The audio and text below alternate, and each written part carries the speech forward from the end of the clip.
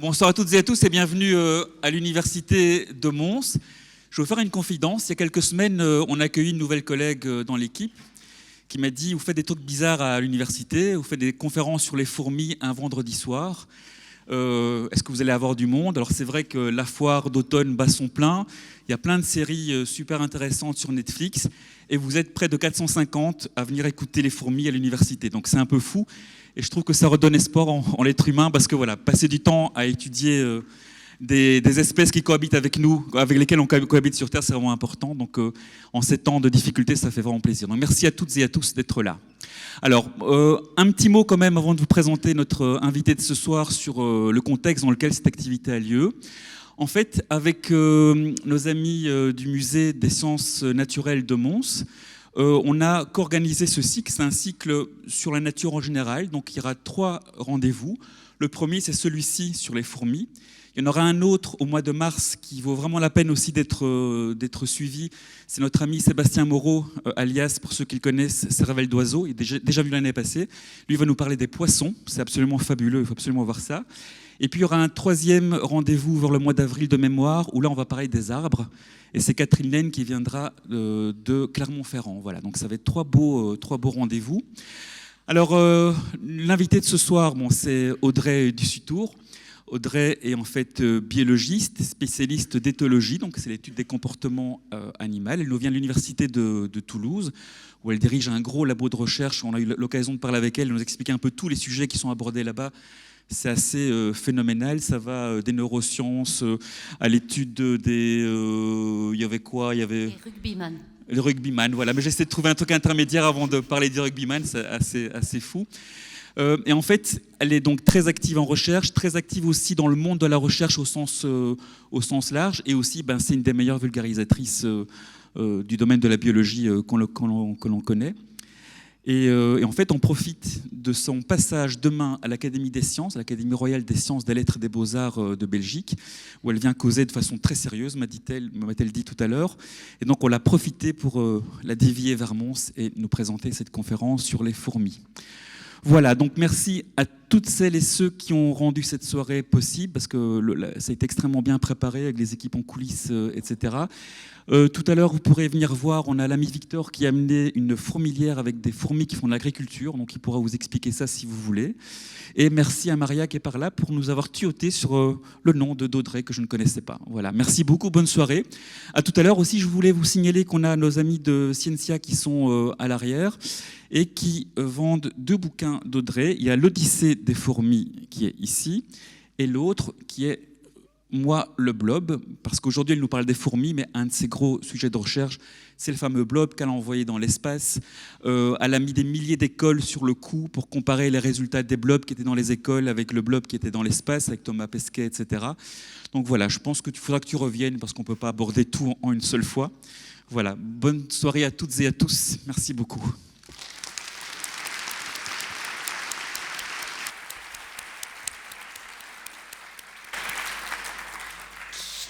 Merci beaucoup pour cette invitation. Je suis ravie de parler de fourmis parce que je parle tout le temps de blob ces derniers temps. On me demande rarement de parler des fourmis alors que c'est mon métier à la base. Moi, je suis myrmécologue, donc je suis spécialiste des fourmis. Donc c'est vrai que myrmécologue, ça ne veut pas dire grand-chose pour la plupart des gens. Mais on aime bien dire le mot myrmécologue. Alors quand vous dites ça en famille, oui, moi j'étudie le comportement des fourmis, la première chose qu'on vous dit c'est « Ah ben ça tombe bien parce que moi j'en ai dans ma cuisine ». Comment on s'en débarrasse ? Alors je vais vous le dire honnêtement, si vous avez une question de ce type-là ce soir, je ne peux pas répondre. Parce que moi, quand j'ai des fourmis dans ma cuisine, je les aspire et je les mets dans des petites boîtes. Je ne cherche pas du tout à les tuer. Donc ça, c'est la première question qu'on me pose. La deuxième question qu'on me pose, c'est plutôt par email. On m'envoie des photos et on me dit « C'est quoi ça ?» Alors déjà, c'est flou, ça serait ma première réponse, mais surtout, c'est une question qui est extrêmement difficile et je vais vous expliquer pourquoi ce soir. Juste pour vous donner une petite comparaison, nous, on fait partie de la famille des hominidés. Les hominidés, c'est 8 espèces différentes. Donc, il y a 2 espèces de chimpanzés, il y a 2 espèces de gorilles et 3 espèces d'orang-outans, et il y a une espèce Homo sapiens. Il y a une seule espèce qui n'est pas en voie de disparition sur ces 8 espèces. Vous imaginez laquelle c'est. Donc voilà, nous les hominidés, on est 8. Les fourmis, donc elles font partie de la famille des formicidés. Elles sont 13 000 espèces différentes. Donc quand vous m'envoyez une photo, c'est extrêmement difficile de savoir quelle est la fourmi parmi ces 13 000 espèces. Alors il y en a pour tous les goûts, parce qu'il y en a de toutes les couleurs, de toutes les formes, et surtout de toutes les tailles. Alors les fourmis, elles peuvent faire jusqu'à 4 cm de long.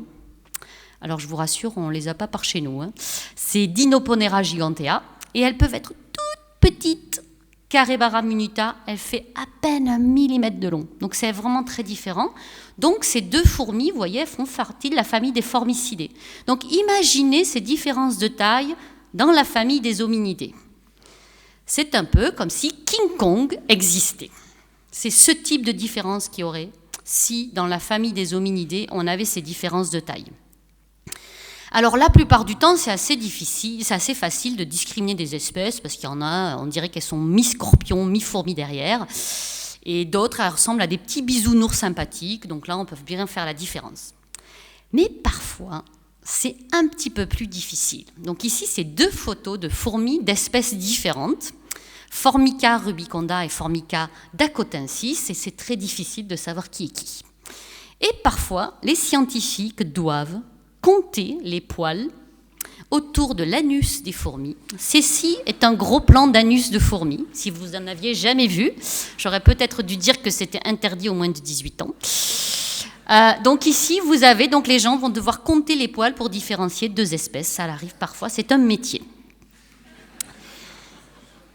Donc parlons, toujours comparaison, parlons de la biomasse des fourmis. Donc elles sont 20 millions de milliards, nous sommes 8 milliards. Elles sont plus lourdes que nous, mais en réalité on est en train de gagner. Alors pas parce qu'on devient plus nombreux, mais parce qu'on devient un petit peu plus gros, toujours, après chaque génération. Donc on est en train de gagner cette grande bataille de la biomasse, et surtout parce qu'on est aussi en train un petit peu de les massacrer. Donc forcément, ben voilà, on gagne un petit peu. Alors je ne sais pas si on devrait être fiers de gagner cette bataille-là. Les fourmis, elles sont sur la surface de la planète depuis 170 millions d'années. Donc elles ont rencontré au cours de leur vie les dinosaures, mais contrairement à eux, elles ont survécu à l'astéroïde qui est tombé au Mexique. Pas les dinosaures. Alors, les fourmis, elles sont partout, partout, partout, sur tous les continents, sauf en Antarctique. Mais on ne peut pas leur en vouloir, le climat, il n'est pas méga accueillant. Et souvent, on parle de sociétés de fourmis et on les compare aux sociétés humaines. Mais en réalité, on ne devrait pas parler de société chez les fourmis, on devrait parler de famille. Et je vais vous expliquer pourquoi on ne devrait pas parler de société, parce que les fourmis, elles ne vivent pas en société, elles vivent en famille. Et l'histoire de famille des fourmis, c'est pas la fête à la maison, quoi. C'est plutôt Game of Thrones. Donc on va le voir tout de suite, je vais vous raconter le cycle de vie d'une famille de fourmis. Ça commence par une femelle qui est ailée. Souvent, on parle des fourmis volantes. On parle aussi des fois de princesses. Ce sont les futures reines de la colonie. Et donc, à un moment donné, elles s'envolent, elles prennent leur envol et elles partent à la recherche d'un partenaire du sexe opposé. Alors, le mâle des fourmis, il est beaucoup plus petit que la femelle et il a des très très gros yeux. C'est à ça qu'on le reconnaît. Souvent, on le compare à un moucheron. Alors, si vous voyez une photo, c'est vrai que la ressemblance est assez frappante. Donc, vous voyez la femelle à l'avant et derrière, vous avez le tout petit mâle. Alors, des fois, les fourmis, elles se disent « bah non, moi, j'ai pas besoin de mâle ». Et elles se passent des mâles, ça existe. Parce que vous avez 13 000 espèces, donc forcément, vous avez beaucoup d'exceptions. Et il existe des espèces qui se sont passées des mâles au cours de l'évolution et qui se sont dit bah, « nous, en fait, on n'en a pas besoin de ces petits mâles, on va se cloner ». Et donc, il y a des fourmis qui sont clonales, où il n'y a que des femelles. Et parfois, il y a des fourmis qui, elles, décident de s'accoupler avec plusieurs mâles en même temps. Pourquoi pas? Donc ici, vous avez une femelle que vous ne voyez pas, cachée derrière plein de mâles. Alors, il y a plein donc, de diversité dans la reproduction des fourmis, mais il y a une chose qui est vraie pour toutes les espèces de fourmis. À l'issue de la reproduction, le mâle meurt. Alors il meurt pourquoi? Alors déjà parce qu'il ne sait pas se nourrir tout seul. Et donc il meurt souvent de faim. Il meurt aussi parce que dans beaucoup d'espèces, il est hyper possessif, le mâle. Et donc quand il se reproduit avec la femelle, il met son pénis à l'intérieur et il le laisse. Ce qui fait que ça s'arrache et ça laisse ses intestins un petit peu à l'air et il n'y survit pas. Et ça, c'est pour éviter que d'autres mâles ils aillent se reproduire avec la même femelle. Mais du coup, il paye un coût assez... Voilà. Et souvent aussi, il ne s'est pas retourné au nid, donc il se perd et il est mangé par un oiseau. Donc il meurt tout le temps. Si jamais il arrive à retourner à la colonie, elles n'en veulent pas, les fourmis. Donc il se fait chasser. Donc il a un destin qui n'est pas très, très, très top, le mâle, chez les fourmis. Alors la reine, une fois qu'elle s'est fait féconder par le mâle, elle va trouver un petit trou où elle va s'enterrer pour faire ses petits œufs. La femelle, la reine, là, donc elle perd ses ailes, elle les arrache parce qu'elle n'en aura plus besoin, parce qu'elle ne sortira plus jamais. Pour la plupart des espèces, elle va rester dans son petit trou et pondre des œufs. Alors elle peut le faire toute seule, ou elle peut le faire avec des copines, des sœurs, la plupart du temps. Alors souvent, elle ne reste pas complètement en harmonie. Dans beaucoup d'espèces, il y en a une qui dit « c'est moi le chef » et qui tue ses sœurs. Elle se sert de ses sœurs au départ pour que ça fonctionne mieux, mais très vite, en fait, elle s'en débarrasse. Mais des fois, elles restent ensemble. Je vous rassure, il y a des espèces où il y a plein de reines qui vivent en harmonie. Donc la reine, elle pond des œufs, et ces œufs, ils peuvent donner 3 types d'individus. Ils peuvent donner des mâles, ce qu'on appelle des ouvrières, qui sont souvent stériles, mais pas tout le temps, ou des nouvelles princesses. Donc c'est 3 types d'individus qu'elle peut donner. Vous les voyez en différence de taille là sur la petite photo. Et donc au bout d'un moment, une famille de fourmis, ça va ressembler à ça. Vous avez une reine qui est avec toutes ses ouvrières, parce que la majeure partie de la colonie c'est des ouvrières, et les princesses et les mâles, finalement on les voit surtout au printemps, au moment de la reproduction. Donc si par exemple maintenant vous allez déterrer une fourmilière, vous verrez que la reine avec ses ouvrières. Alors il y a des reines, il y a certaines espèces où elles ne sont pas capables en fait de s'occuper de leurs petits. C'est le cas de Polyergus, qui est la fourmi esclavagiste. Alors la fourmi esclavagiste, vous voyez, elle a un petit problème au niveau des mandibules, donc c'est un petit peu les dents de la fourmi, elles sont en forme de faucilles. Et donc quand elle porte ses œufs, en fait, elle les perce. Et donc elle les tue. Et donc elle doit trouver, c'est vraiment l'Édouard aux mains d'argent en fait de la myrmécologie. Et donc cette fourmi, il faut quand même pouvoir se développer. Donc qu'est-ce qu'elle fait? Elle est maline. Elle va dans une autre colonie et elle décapite la reine qui est là. Donc c'est une autre espèce, donc elle rentre, alors elle camoufle son odeur, parce que les fourmis elles se reconnaissent à l'odeur, donc elle camoufle son odeur, et donc elle passe inaperçue comme ça, façon ninja un peu dans la colonie. Elle va jusqu'à la chambre royale, elle décapite la reine, mais elle garde son cadavre pour se frotter un petit peu contre le cadavre et prendre l'odeur de la reine. Et là elle va pondre ses œufs, et les ouvrières, elles vont y voir que du feu. Bon, il faut imaginer, on est dans une fourmilière, il fait tout noir, il n'y a pas le soleil qui rentre. Donc elle rentre, il y a une fourmi qui pond, et elle sent comme la reine. Donc elles s'occupent des œufs, et donc elles vont élever des esclavagistes. Et elles vont travailler comme des esclaves. Et l'esclavagisme chez les fourmis, c'est en fait très fréquent.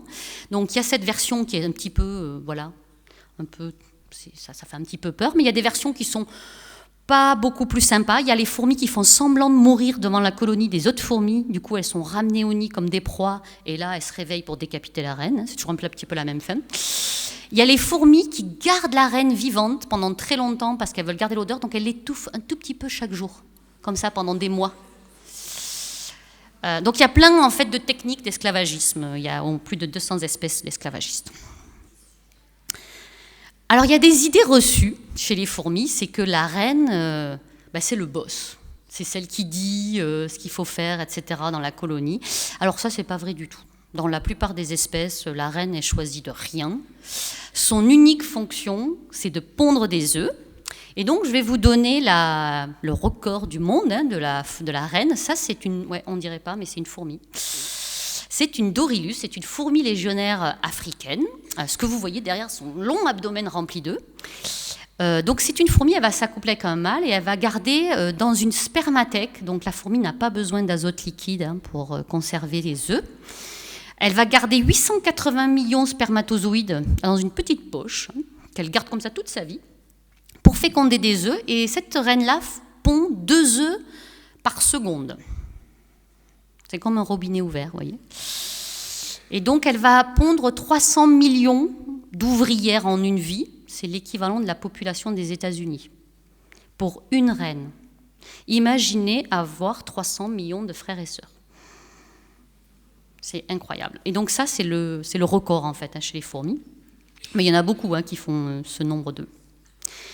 Alors, une fois qu'on a un œuf, qu'elle pond un œuf, la reine, voici le développement que ça suit. Alors, les fourmis, c'est comme des petits asticots au départ. Il y a un œuf. Et après, il y a un tout petit truc qui ressemble à un asticot qui va grandir. On appelle ça des larves chez les fourmis. C'est ce qu'on appelle des stades larvaires. Et puis après, elle va se métamorphoser et former une nymphe. Et cette nymphe, elle peut être dans un cocon ou pas. Ça dépend de l'espèce. Donc, des fois, quand vous creusez, enfin, je ne sais pas si vous creusez souvent des colonies de fourmis, mais vous pouvez tomber des fois sur des cocons. Alors ça, c'est la première rumeur, la reine est le chef. Non, la reine, c'est une pondeuse. Deuxième rumeur, les soldats dans la colonie, ce sont des mâles. Faux, archi faux. Les soldats dans la colonie, c'est des femelles. Donc ici, sur cette photo, vous voyez un tout petit mâle chétif qui ne sait ni se nourrir, ni construire, ni faire quoi que ce soit en réalité, autour de ses sœurs, qui sont, elles, pour le coup, plutôt warriors quand même. Et donc voilà, donc les mâles, en fait, je ne vais pas être très sympa avec les mâles de fourmis ce soir, en fait, ils servent vraiment qu'à la reproduction. Le reste, c'est pas top. Donc les soldats, on devrait dire des soldates. Et donc, il y a beaucoup de fourmis, pas toutes les espèces ont des soldates, il y a plusieurs espèces. Donc, vous voyez la différence de taille entre une soldate et une ouvrière, c'est sa sœur, ça.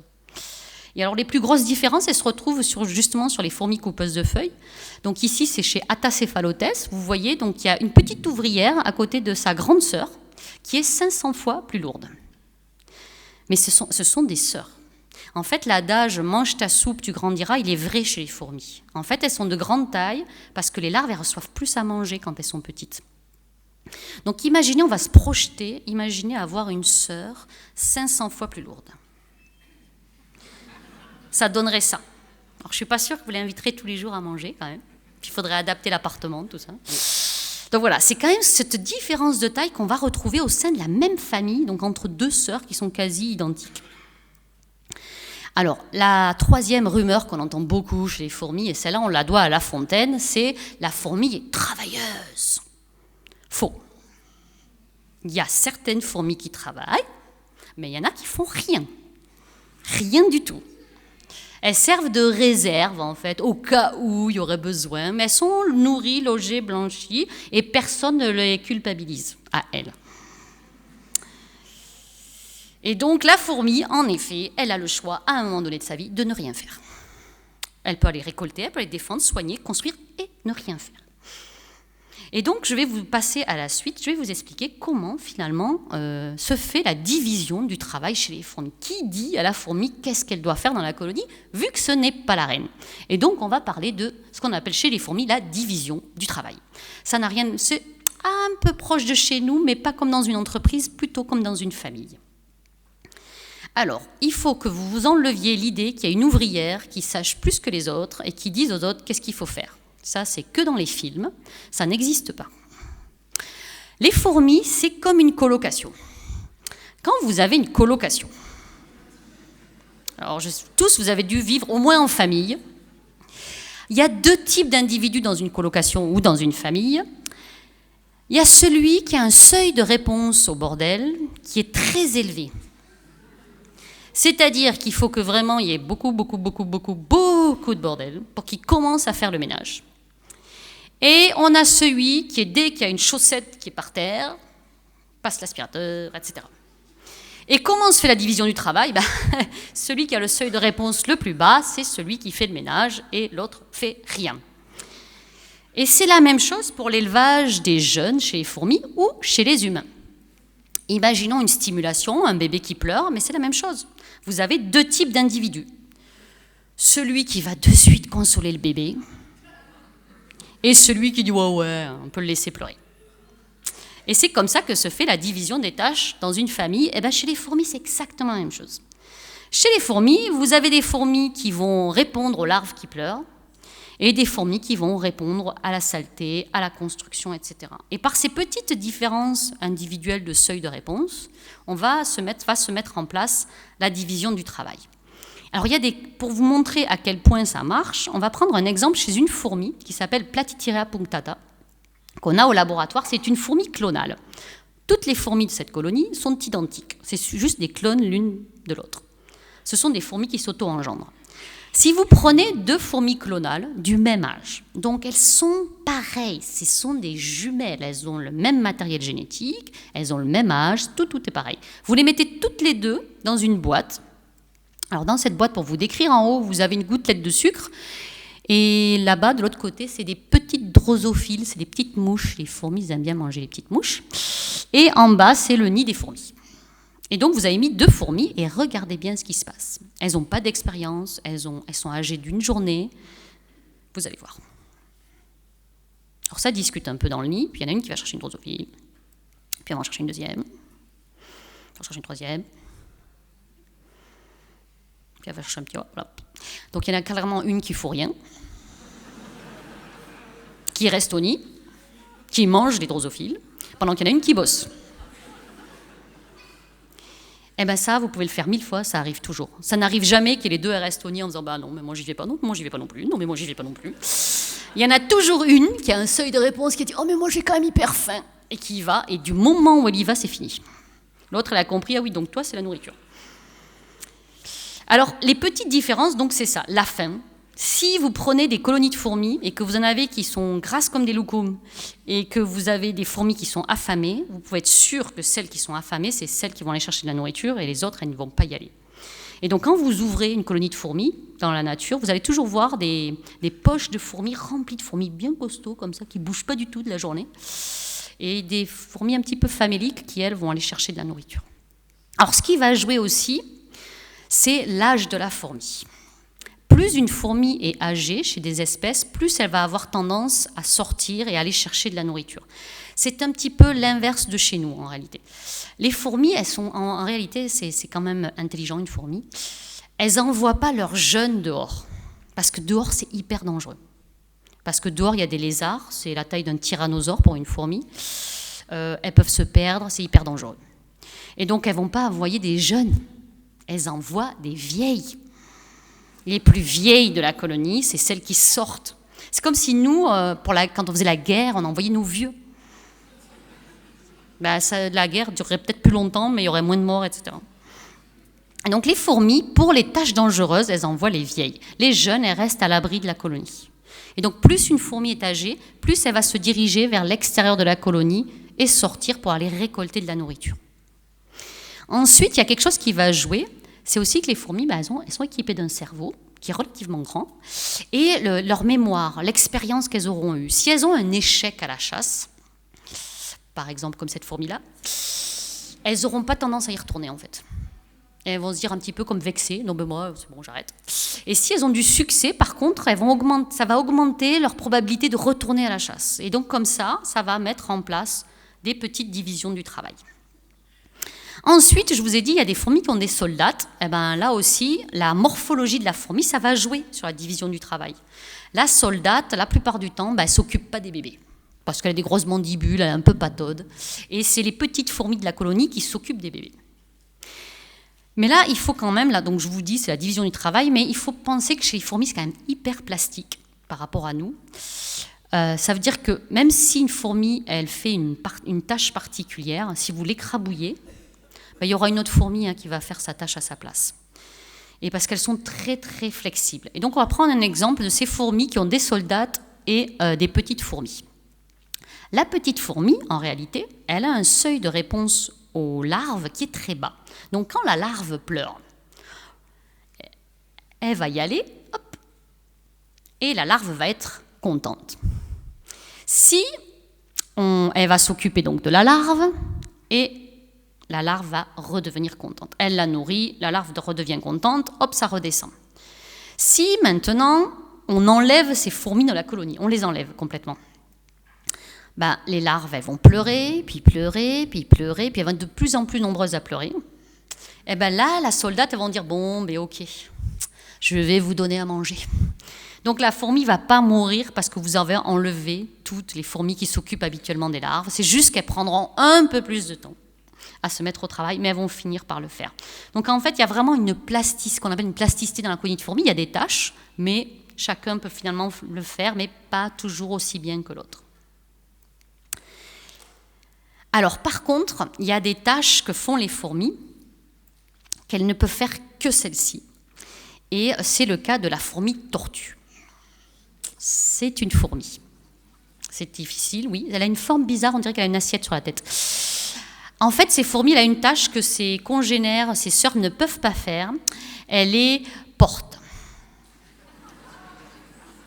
Donc ça, vous pouvez le faire que si vous avez une assiette sur la tête. Et donc, ces fourmis, leur fonction, c'est porte. Alors, c'est quand même pas hyper sympa. T'es quoi dans la vie? Moi, je suis porte. Je ferme la colonie. En fait, ces fourmis, elles vivent dans des branches comme ça, qui sont creusées souvent par des petits scarabées, parce qu'elles sont aussi un petit peu opportunistes, elles piquent les nids des scarabées. Et donc, en fait, c'est marrant parce que la tête, elle est pile poil à la taille du trou. Et donc, elles vont comme ça, voilà. Et donc, elle va rester comme ça pendant toute la nuit. Alors, il y a une deuxième tâche qu'il n'y a que certaines fourmis qui font, c'est frigo vivant. Donc ça, c'est chez les fourmis pot de miel. Donc ça, c'est les fourmis qui vont s'accrocher sur la chambre des fourmilières et elles vont stocker de la nourriture qu'on leur ramène. Elles vont en stocker. Ce qui fait que leur abdomen, là, leur ventre, il grandit. Et en fait, après, elles vont donc régurgiter cette nourriture. Alors oui, les fourmis se régurgitent de la nourriture de bouche à bouche. Ça peut paraître un peu dégoûtant, ouais, se vomissent dans la bouche. Mais alors sachez que les termites le font par un orifice qui est bien moins fréquentable. Donc c'est moins dégoûtant quand même chez les fourmis. Et donc elles vont se vider comme ça dans d'autres fourmis. Et ce qui fait qu'à la fin de leur vie, leur abdomen, il est comme un petit ballon de baudruche percé. Et elles vont en mourir en fait. Donc c'est des tâches qu'elles font une seule fois. C'est les petites fourmis pot de miel. Alors il faut savoir qu'en Australie, les aborigènes adorent ça. Et donc ils creusent les nids pour les manger parce que ça a vraiment un goût de bonbon parce que c'est rempli de miel. Donc ça, c'est la division du travail. Elle se fait comme ça, la division du travail. Ça peut être morphologique, ça peut être l'expérience, ça peut être l'âge, et ça peut être juste des différences physiologiques. Ensuite, là où elles sont très très fortes, les fourmis, comme nous d'ailleurs, c'est la communication. Alors on le sait ça, pour vivre en famille, il faut savoir communiquer, sinon ça ne marche pas. Et donc les fourmis, elles ont différentes façons de communiquer, ça dépend bien entendu de l'espèce. Et donc, la première chose que vous avez tous observé au moins une fois, c'est des fourmis comme ça, qu'on a l'impression qu'elles se parlent comme ça. Donc là, en fait, elles se partagent de la nourriture. Et avec les antennes, en fait, elles se sentent. Parce que les fourmis, l'odorat, c'est hyper important, parce qu'elles ont en fait une odeur corporelle qui est l'odeur de la colonie. Et donc, c'est comme si elles se sentaient le parfum en disant « Ah oui, t'es de chez moi » ou « T'es un ennemi ». Donc, la première chose qu'elles font, elles se tapent les antennes pour savoir qui elles sont. Ensuite, elles vont récupérer d'autres types d'informations, c'est d'où tu viens, qu'est-ce que tu as mangé aujourd'hui. Donc une fourmi, si elle a un petit goût de criquet, ça va peut-être stimuler l'autre à aller chasser du criquet. Donc elles échangent de l'information comme ça par contact. La deuxième façon de donner de l'information à une fourmi,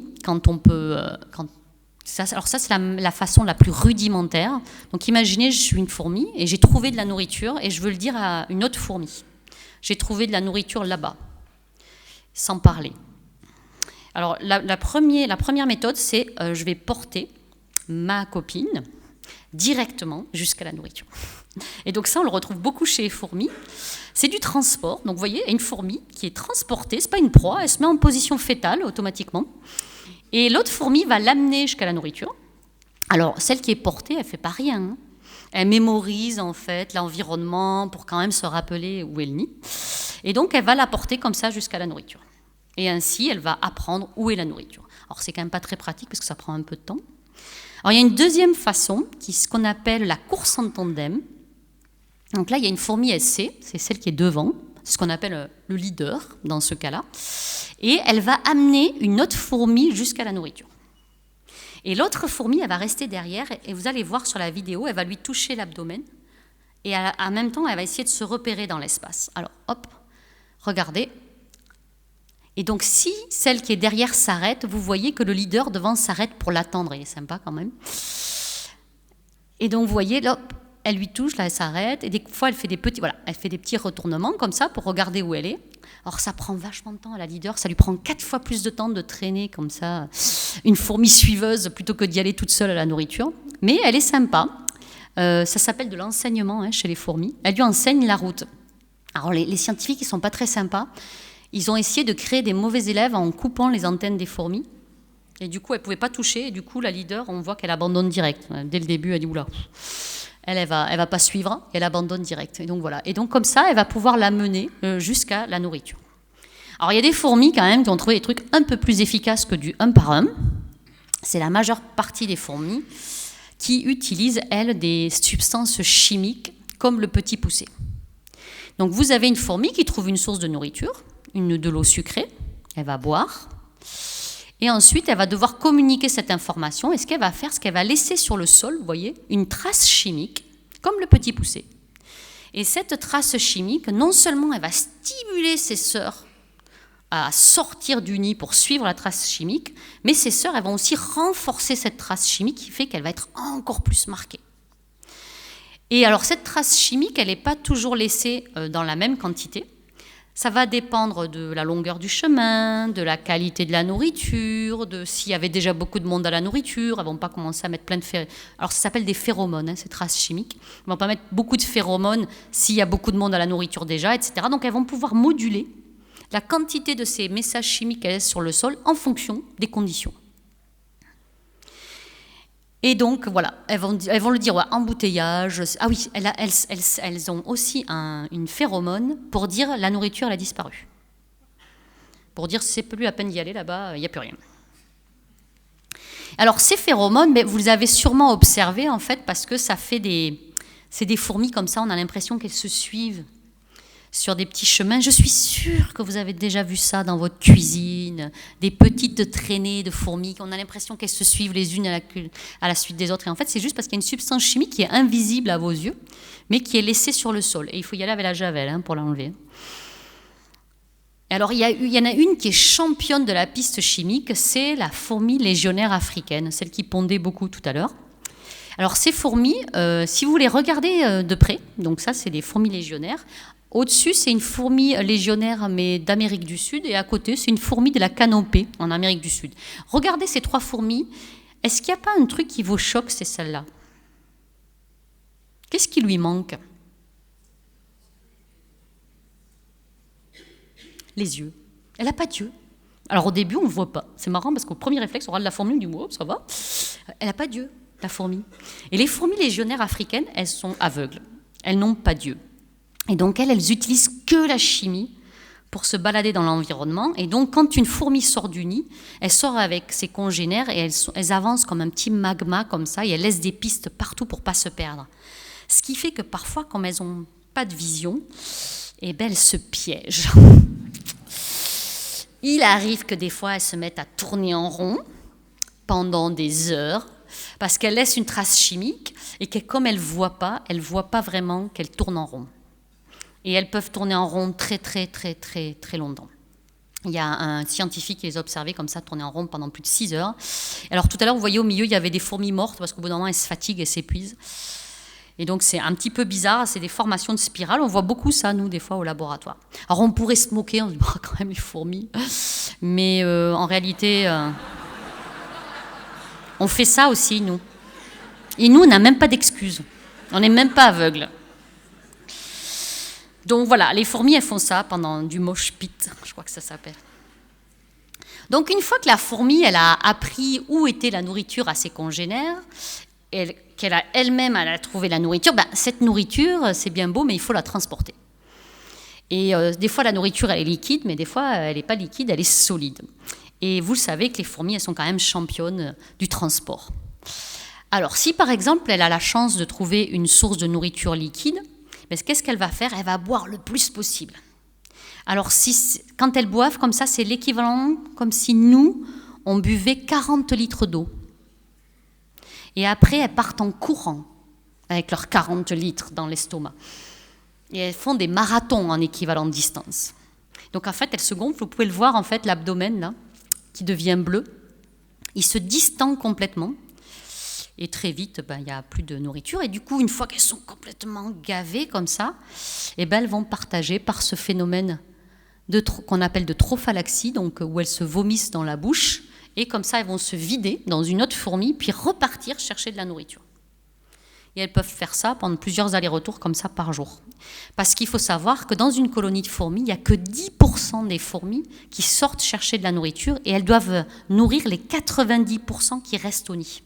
Donc elles font pas mal d'allers-retours avant de remplir toutes les fourmis qui sont à la colonie. Après, il y a des fourmis, elles préfèrent attaquer des proies. Alors là, il y a différentes techniques. Il y a la technique, on la coupe façon sashimi.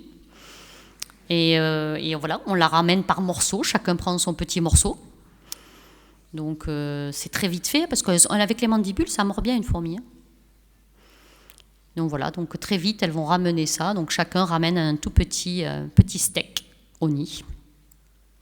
Ensuite, elles peuvent transporter des morceaux beaucoup plus gros. Donc ça, c'est l'équivalent des forces des fourmis. Alors, en suspension, comme ça, la fourmi, elle peut porter 10 000 fois son propre poids. C'est comme si vous teniez un Airbus entre vos dents, en haut d'un immeuble. À mon avis, votre mâchoire, elle part avec l'Airbus, mais voilà. Là, donc ça, c'est une photo d'une fourmi qui porte un petit oiseau. Ça, c'est en suspension. En tractation, elles peuvent tracter 400 fois leur propre poids. Donc c'est comme si vous tractiez une baleine. Vous pouvez essayer, elle ne bouge pas du tout, mais du tout. Même une vache, d'ailleurs, ça ne bouge pas du tout. Et au-dessus de leur tête, elles peuvent porter 10 fois leur propre poids. Alors des fois, on entend dans les médias 100 000 fois. Non, c'est 10 fois leur propre poids. Mais c'est quand même déjà l'équivalent de porter une vache comme ça. En courant aussi, toujours, au nid. Et là où elles sont fortes, en fait, c'est qu'elles se mettent en groupe, les fourmis. Et là, elles peuvent porter beaucoup. Et elles peuvent porter jusqu'à 10 000 fois leur propre poids en se mettant à plusieurs. Donc là, c'est quand même des fourmis qui piquent des bijoux. J'ai trouvé ça sur TikTok. Je n'ai pas compris. Alors peut-être qu'il avait enduit de sucre avant. Mais la plupart du temps, elles portent quand même des choses à manger. Donc là, je crois que c'est un petit bout de bretzel. Et là, vous avez un petit insecte. Et donc, vous voyez qu'elles peuvent porter quand même vraiment des très, très grosses proies. Alors, comment elles font pour s'orienter un tout petit peu en portant cette proie? Parce qu'en fait, je ne sais pas si vous voyez, elles se mettent tout autour de la proie et c'est comme si vous portiez un éléphant à plusieurs. Et vous êtes tous autour de l'éléphant, vous ne voyez pas trop votre environnement. Et donc, il y a des chercheurs qui se sont amusés à essayer de comprendre. Alors là, il dit, le nid, il est par là. Et donc, pas là-bas du tout. Et là, vous allez avoir une fourmi, regardez ici, qui va tirer d'un coup le Cheerios très fort pour dire à ses petites copines, mais c'est pas du tout là-haut, le nid, c'est là. Et donc, en fait, vous avez toujours des fourmis qui se détachent de la proie, qui font un petit tour sur elles-mêmes, qui regardent leur environnement et qui regardent si le groupe va dans la bonne direction. Mais c'est pas un leader, parce qu'après, elle va elle-même porter le Cheerios, et ça va être une autre fourmi qui va se détacher, qui va faire le petit tour, et elles font ça plus ou moins à tour de rôle. Ce qui fait que les fourmis, elles peuvent naviguer dans leur environnement, dans des environnements très complexes. On va regarder, c'est un petit obstacle qu'elles doivent porter. Il y a des petits cubes de bois. Et vous pouvez voir qu'en fait, elles se débrouillent très très bien pour aller rejoindre le nid, sans se perdre.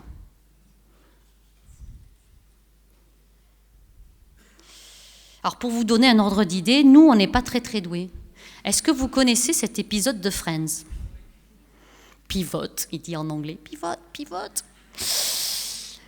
Et ils essayent de porter un canapé et ils n'y arrivent pas du tout. Mais on a tous vécu ça dans un déménagement. On a tous vécu ça. Les fourmis, elles sont beaucoup plus douées que nous. D'ailleurs, on ne s'inspire pas des humains pour le transport, on s'inspire souvent des fourmis. Et donc, il y a des roboticiens qui se sont dit, on va utiliser en fait des petits robots qui vont mimer le comportement des fourmis pour transporter des choses. Donc, en fait, ils programment des petits robots comme si c'était des fourmis. Et donc, vous avez ici ces petits robots. Et dans l'idée d'envoyer, par exemple, ces petits robots dans des zones, par exemple, où il y a des tremblements de terre, ou même dans l'espace plus tard, pour porter des choses. Et en fait, qui agissent collectivement, sans leader. Des fois, c'est bien de ne pas y avoir de leader dans un groupe. Alors ça, c'est une stratégie qu'on appelle la robotique distribuée, où, en fait, si on perd un robot, ils peuvent quand même transporter la chose. C'est complètement l'opposé de la robotique qui coûte très cher, où en fait on va essayer de mimer un humain et souvent ça ne marche pas du tout. Donc en fait c'est mieux d'essayer de mimer les fourmis parce qu'on s'aperçoit que nous on n'est vraiment pas du tout doués. Et en plus ça coûte très cher alors que le petit robot d'avant c'est 5 € pièce. Donc on est plus... voilà. J'aime bien quand il tombe à la fin, je pleure. Alors il y a des fourmis qui se sont dit, bon, transporter de la nourriture, pourquoi transporter de la nourriture? Pourquoi pas attendre que la nourriture vienne à nous? Et donc il y a plein de fourmis qui ont beaucoup d'ingéniosité. Et donc on va parler des fourmis, ces toutes petites fourmis rouges là, qui s'appellent des Aztecas, qui vivent dans des arbres qu'on appelle des Cecropia. Et donc elles vivent dans l'arbre, et d'ailleurs si on fait une coupe dans les tiges de l'arbre, elles vivent comme dans des appartements, des petits immeubles, vous voyez. Elles vivent à l'intérieur des segments où elles mettent, vous voyez ici la nurserie, ici vous avez des ouvriers, ici vous avez la reine. Donc c'est comme dans des petits appartements, et il y a des petits trous comme ça pour sortir. Et si on regarde un petit peu plus près les feuilles de l'arbre, avec une caméra, donc ça c'est un collègue qui m'a envoyé cette photo, vous voyez, sous la feuille, là, bien cachée à l'affût, c'est les fourmis qui attendent en fait. Elles attendent toute la journée comme ça sous les feuilles. Elles attendent quoi? Qu'un insecte se pose. Et quand il se pose, elles se jettent dessus, elles l'agrippent, et elles ont des systèmes de griffes, ça fonctionne comme du velcro qu'elles mettent dans les petits poils de l'arbre, et elles peuvent porter, vous voyez, jusqu'à une pièce de 10 centimes comme ça. Donc en fait, il y a une fourmi qui attrape l'insecte il bascule vers le bas, et toutes les fourmis arrivent et découpent l'insecte comme ça. Et donc elles ne partent pas chasser, elles attendent que la nourriture vienne à elles. Alors il y a une autre fourmi qui elle aussi est très ingénieuse, qui s'appelle la fourmi torsionnaire, Alomeris. Alors ça c'est une fourmi qui construit un piège sur sur un arbre. Alors vous voyez, c'est ici, ça c'est un piège qui est formé avec des champignons, de la salive de fourmi et du poil de plante. Et donc elles construisent une galerie comme ça, et elles se cachent, vous voyez, à l'intérieur de la galerie, et elles attendent qu'un insecte se pose dessus, et là elles le tirent comme ça, et pendant qu'il est piégé avec les pattes dans les trous, elles le découpent. D'où le torsionnaire. Alors et des fourmis sont plus sympas, elles ne sont pas toutes torsionnaires en train de tuer des insectes. Il y en a certaines, elles les chérissent.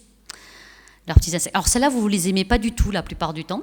C'est les fourmis qui cultivent des pucerons. Comme nous, on élève des vaches, elles élèvent des pucerons.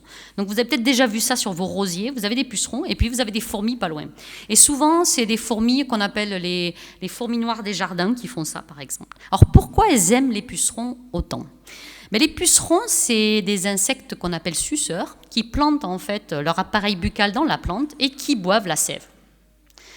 Qu'est-ce qu'elle a de particulier, la sève des plantes? C'est extrêmement sucré et il y a très peu de protéines à l'intérieur. Donc le puceron, pour avoir beaucoup de protéines, il faut qu'il mange plein de sève. Et du coup, qu'est-ce qu'il fait de l'excès de sucre? Eh bien, comme nous, il l'excrète par son anus. Vous allez voir ici la fourmi qui caresse le puceron pour l'encourager à...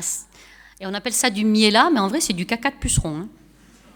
Alors nous, on dit miella parce que c'est plus sympa, mais ça reste que c'est du caca de puceron que la fourmi mange. Et elle adore ça, parce que c'est extrêmement sucré.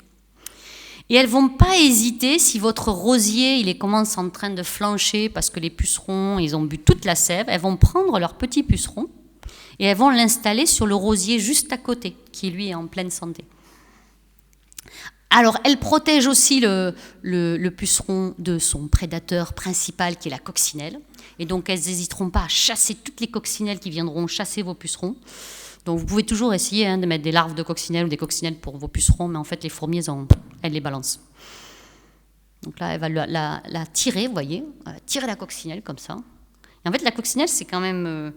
ça se défend, elles ne vont pas manger la coccinelle, mais elles vont vraiment la chasser, vous voyez, la mettre par-dessus bord. Alors des pucerons, c'est comme les fourmis, il en existe plein d'espèces, et c'est comme les vaches, il y en a qui produisent beaucoup, et il y en a qui produisent un peu moins. Et donc les fourmis, elles vont choisir les pucerons qui vont faire, bien sûr, les plus riches gouttelettes en miella. Si elles ont par exemple leur cheptel, et là, elles rencontrent un cheptel d'une autre espèce de puceron qui est beaucoup plus productrice, elles n'hésiteront pas à sacrifier leur cheptel, c'est-à-dire à manger leur puceron, pour élever les autres pucerons.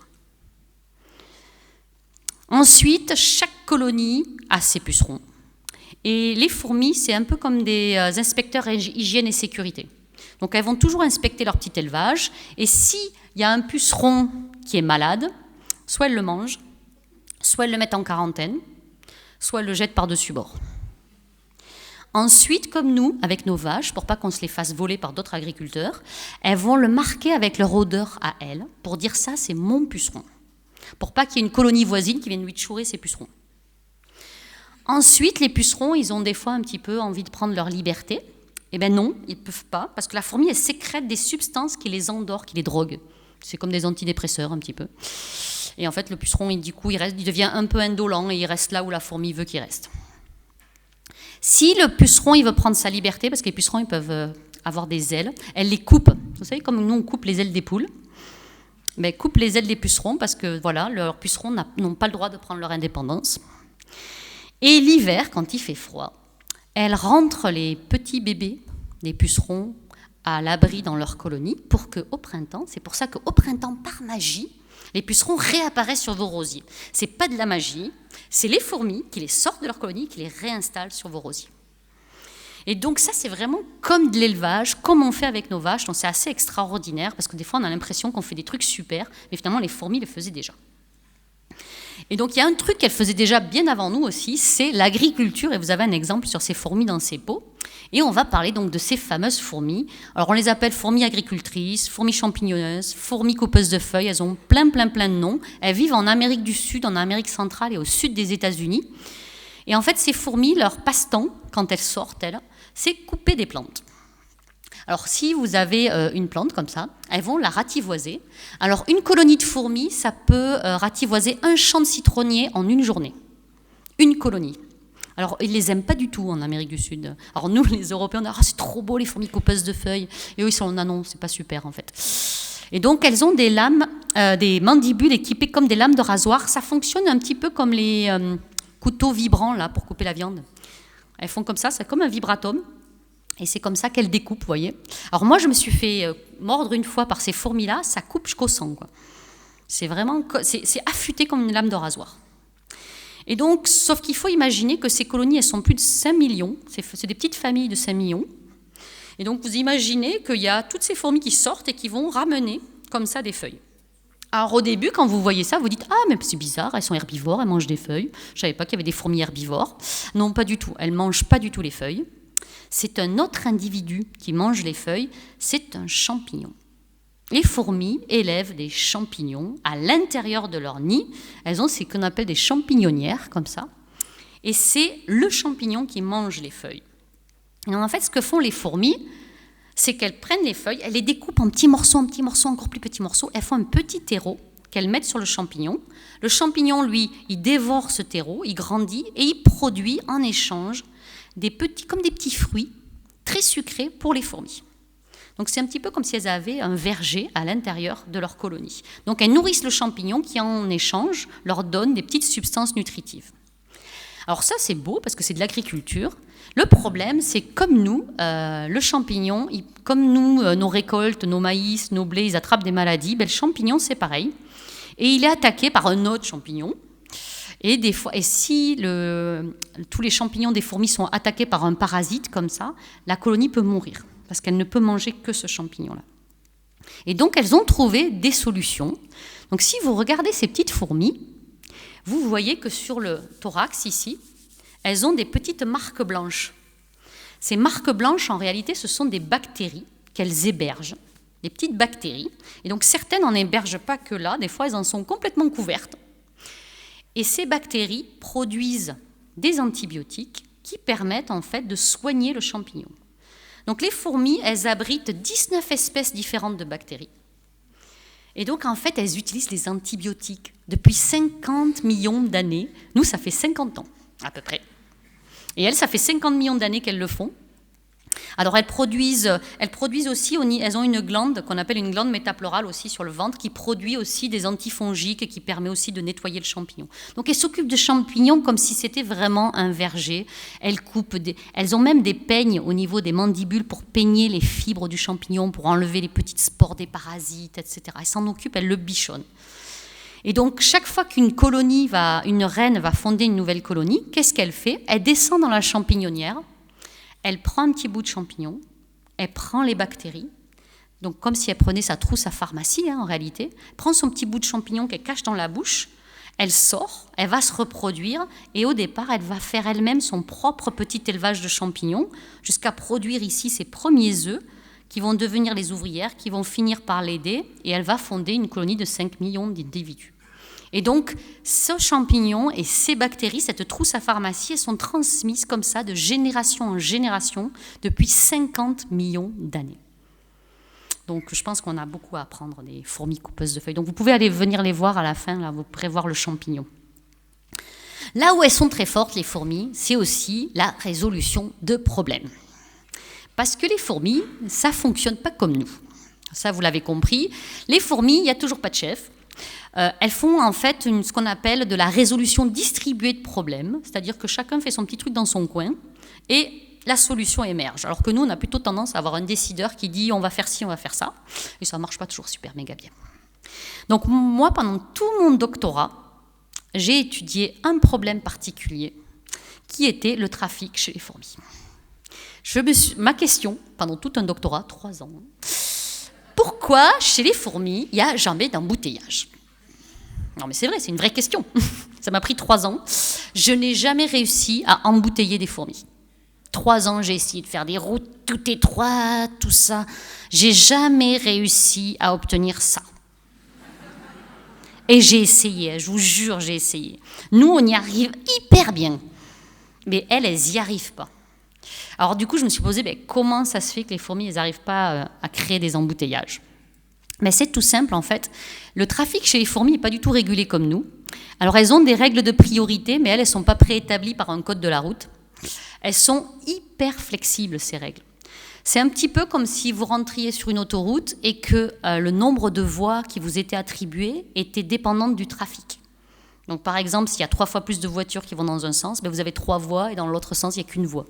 Nous, ça ne marche pas, vous avez 2 voies. Les fourmis, en fait, elles adaptent vraiment au niveau de ce qui se passe à ce moment-là précis autour d'elles. Donc par exemple, si chez les fourmis coupeuses de feuilles, si une fourmi est chargée avec une grosse feuille comme ça, on lui donne la priorité. C'est tout simple, elle a l'air un peu embêtée avec sa feuille, donc on lui donne la priorité. Et donc comme ça, j'ai pu décortiquer toutes les règles de priorité chez les fourmis et de voir qu'elles s'adaptent au niveau local, au niveau de ce qui se passe. Donc il n'y a pas de feu rouge, de feu vert. S'il n'y a personne et que le feu est rouge, on y va, quoi. Les fourmis, elles ne vont pas rester comme ça pendant 10 minutes à attendre, sans qu'il ne se passe rien. Et donc en réalité, ça crée un trafic qui est beaucoup plus fluide.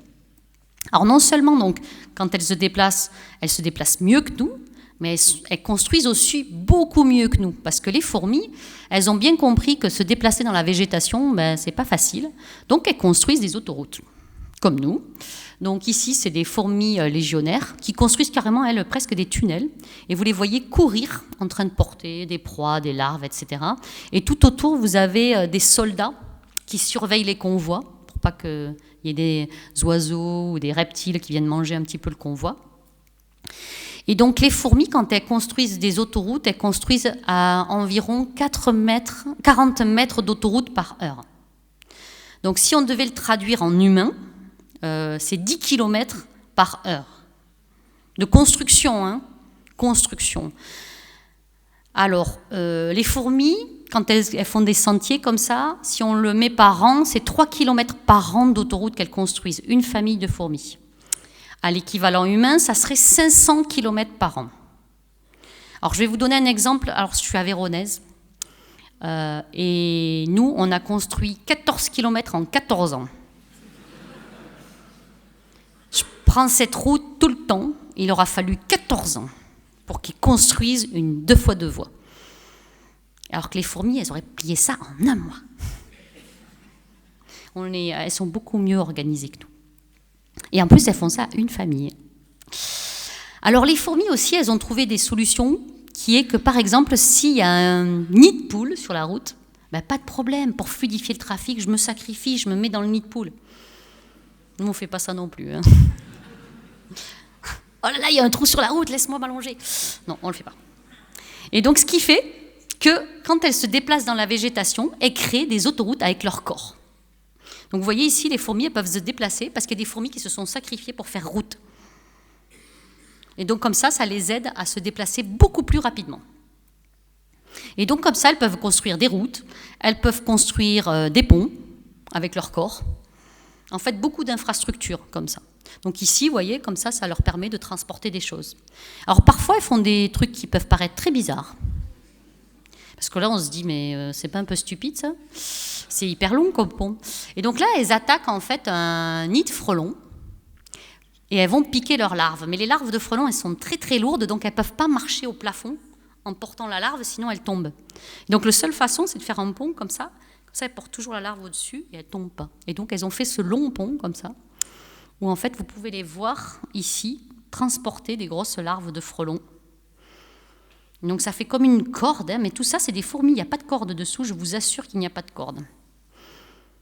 Et donc voilà, donc, les fourmis qui font pont, elles se relaient, je vous rassure, elles ne font pas pont toute la journée. Elles se relaient, c'est sympa. Et donc vous voyez, elles portent des très très grosses larves là, tout le long. Donc ici, eux, ils se font ravager, quoi. Elles y vont, elles piquent tout. Donc elles savent construire donc, des ponts, des routes, et elles savent aussi construire des radeaux. Il y a beaucoup d'inondations dans le sud des États-Unis, et il y a une fourmi qui s'appelle la fourmi de feu. Alors c'est une fourmi, quand elle pique, ça fait hyper mal, c'est pour ça qu'il l'appelle la fourmi de feu. Il l'appelle aussi la fourmi électrique, parce qu'elle attaque les installations électriques, elles aiment bien se mettre dans les magnétoscopes, les PlayStation, les feux de signalisation. En fait, elles tuent des gens par accident de voiture, ces fourmis-là. Véridique. Et donc, souvent, il y a des inondations, et ces fourmis, en fait, elles sont capables de construire des radeaux. C'est des radeaux qui peuvent tenir comme ça 3 semaines sur l'eau. Et donc, voilà ce qui se passe quand il y a une inondation. Donc, vous voyez ici, les fourmis, elles sortent vite les bébés, c'est ce que vous voyez ici. Là, c'est la reine. Je ne sais pas si vous la voyez, parce qu'elle est un peu cachée, parce qu'elle est vite protégée. Là, c'est tous les petits bébés qui sortent de la colonie. Et donc, elles vont d'abord s'amasser sur le dôme de la colonie, et elles vont former un radeau. Donc tout le monde va sortir, et vous voyez ici les larves qui sont là. Et les larves, alors c'est très marrant parce qu'elles servent en fait à la colonie de flotteurs. Donc ici c'est les mâles. Alors ils resteront pas sur le radeau très longtemps parce que quand la colonie commence à avoir faim, elles les jettent par-dessus bord. Mais elles jettent ce qui n'est pas très utile dans la colonie, hein, donc désolé. Et là, vous voyez, c'est les larves qu'elles utilisent comme flotteurs. Parce que les larves, elles ont des petits poils fourchus comme ça qui permettent de capturer des petites bulles d'air et qui permettent à tout le système de flotter sans qu'elles se noient, les larves. Donc elles utilisent leurs larves comme flotteurs. Et vous regardez, ça fait comme un tapis roulant, en fait. Les fourmis, elles arrivent, elles vont là, puis elles plongent sous l'eau, et puis hop, c'est comme ça que le radeau avance, comme une espèce de tapis, là, comme ça. Et donc elles peuvent tenir très longtemps, hein, comme ça. Au bout d'un moment, elles mangeront les bébés, hein, si jamais elles ont faim. Jusqu'à ce qu'elles retrouvent finalement le sol pour aller recréer une colonie. Donc ça, c'est assez incroyable. Et donc, pendant une époque, là, quand il y a eu pas mal d'inondations aux États-Unis, on voyait toutes ces fourmis flotter à la surface de l'eau. Donc, elles sont très bonnes à construire avec leur corps, à résoudre des problèmes, mais elles sont aussi des très bonnes bâtisseuses, les fourmis. Elles construisent beaucoup mieux que nous, là aussi, et beaucoup plus efficacement. Donc, je vais vous donner un ordre d'idée au niveau des tailles de ce qu'elles construisent.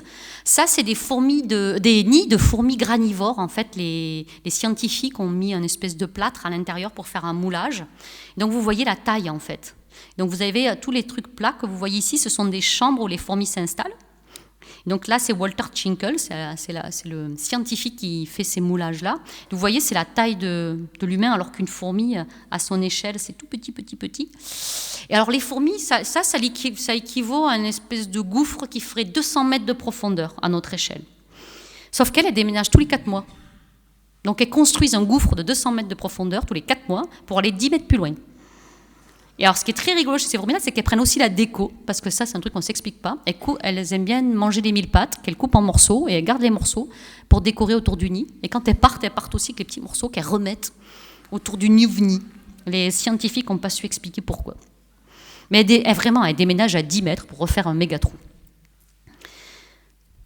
Ah voilà, ça c'est la fourmi. Les autres qui sont très fortes au niveau construction, c'est les fourmis coupeuses de feuilles, celles qui font l'agriculture. Donc ça, c'est un nid de fourmis coupeuses de feuilles, donc ça abrite 5 millions d'individus. Et donc si on enlève le dessus, pour vous montrer à quoi ça ressemble dedans, ça ressemble à ça. Alors c'est immense, vous voyez ici, C'est des galeries comme des autoroutes qui, en fait, on a l'impression que le nid il est que là, mais en réalité, il y a des tunnels partout. Ça, ce sont les chambres. Et donc, pour vous montrer, pour avoir une idée de l'échelle, on va mettre des humains à l'intérieur. Donc, c'est une mégalopole. C'est comme un grand appartement parisien, un T4 parisien. C'est à peu près ça le volume. Et donc, il y a plus de 800 chambres connectées par plein d'autoroutes, etc. Et donc, pour que ce nid y respire, elles construisent des petites cheminées que vous voyez ici. Et ces petites cheminées sont construites et déconstruites tous les jours en fonction de la direction du vent. Comme ça, le vent, quand il est, par exemple, de face, ici, il rentre à l'intérieur, ça fait un mouvement de convection et ça fait sortir le CO2 et l'azote que rejette le champignon, ce qui permet de ventiler la colonie, ce qui permet aussi de maintenir certaines chambres à certaines températures. Elles n'ont pas eu besoin de centrales nucléaires, les fourmis, font juste avec un petit système de cheminée qu'elles réorientent chaque jour. Alors, il y en a qui construisent aussi dans les arbres, et ça, c'est les fourmis tisserandes. Et elles, pour construire, en fait, elles tissent, d'où leur nom fourmis tisserandes. Elles utilisent leurs larves qui produisent une forme de soie pour coller les feuilles entre elles. Donc, elles les utilisent vraiment comme des métiers à tisser. Et donc, ça va faire, au bout d'un moment, ces espèces de... Alors, vous les voyez ici en train de tisser avec leurs larves, donc elles utilisent leurs larves. Et ça fait des boules de feuilles, comme ça, qui sont collées, extrêmement serrées. Vous avez ici la petite entrée de la colonie. Et quand vous allez en Australie, vous voyez beaucoup de ces boules de feuilles, comme ça, et à l'intérieur, des milliers de fourmis. Et elles mordent, elles ne sont pas très sympas, donc ne vous approchez pas trop. Et puis, on a toujours nos fameuses fourmis légionnaires qui, elles, se sont dit, mais pourquoi construire avec du matériel quand on a nos corps ? On sait faire des ponts, et elles font aussi des nids, ce qu'on appelle des bivouacs, qu'elles construisent carrément avec leur corps, elles s'accrochent les unes aux autres, et la reine, elle est souvent à l'intérieur de ce gros magma. Une des qualités de fourmis, donc, qui en fait résume tout ce qu'elles ont fait jusqu'à présent, c'est que les fourmis, si on devait leur donner une caractéristique, c'est l'entraide et le sacrifice. Les fourmis, elles vivent en famille, et donc elles feront tout pour leur famille, et même jusqu'à se sacrifier. Et donc, je ne sais pas si vous connaissez cette petite fourmi, parce qu'on en a parlé beaucoup récemment dans les médias.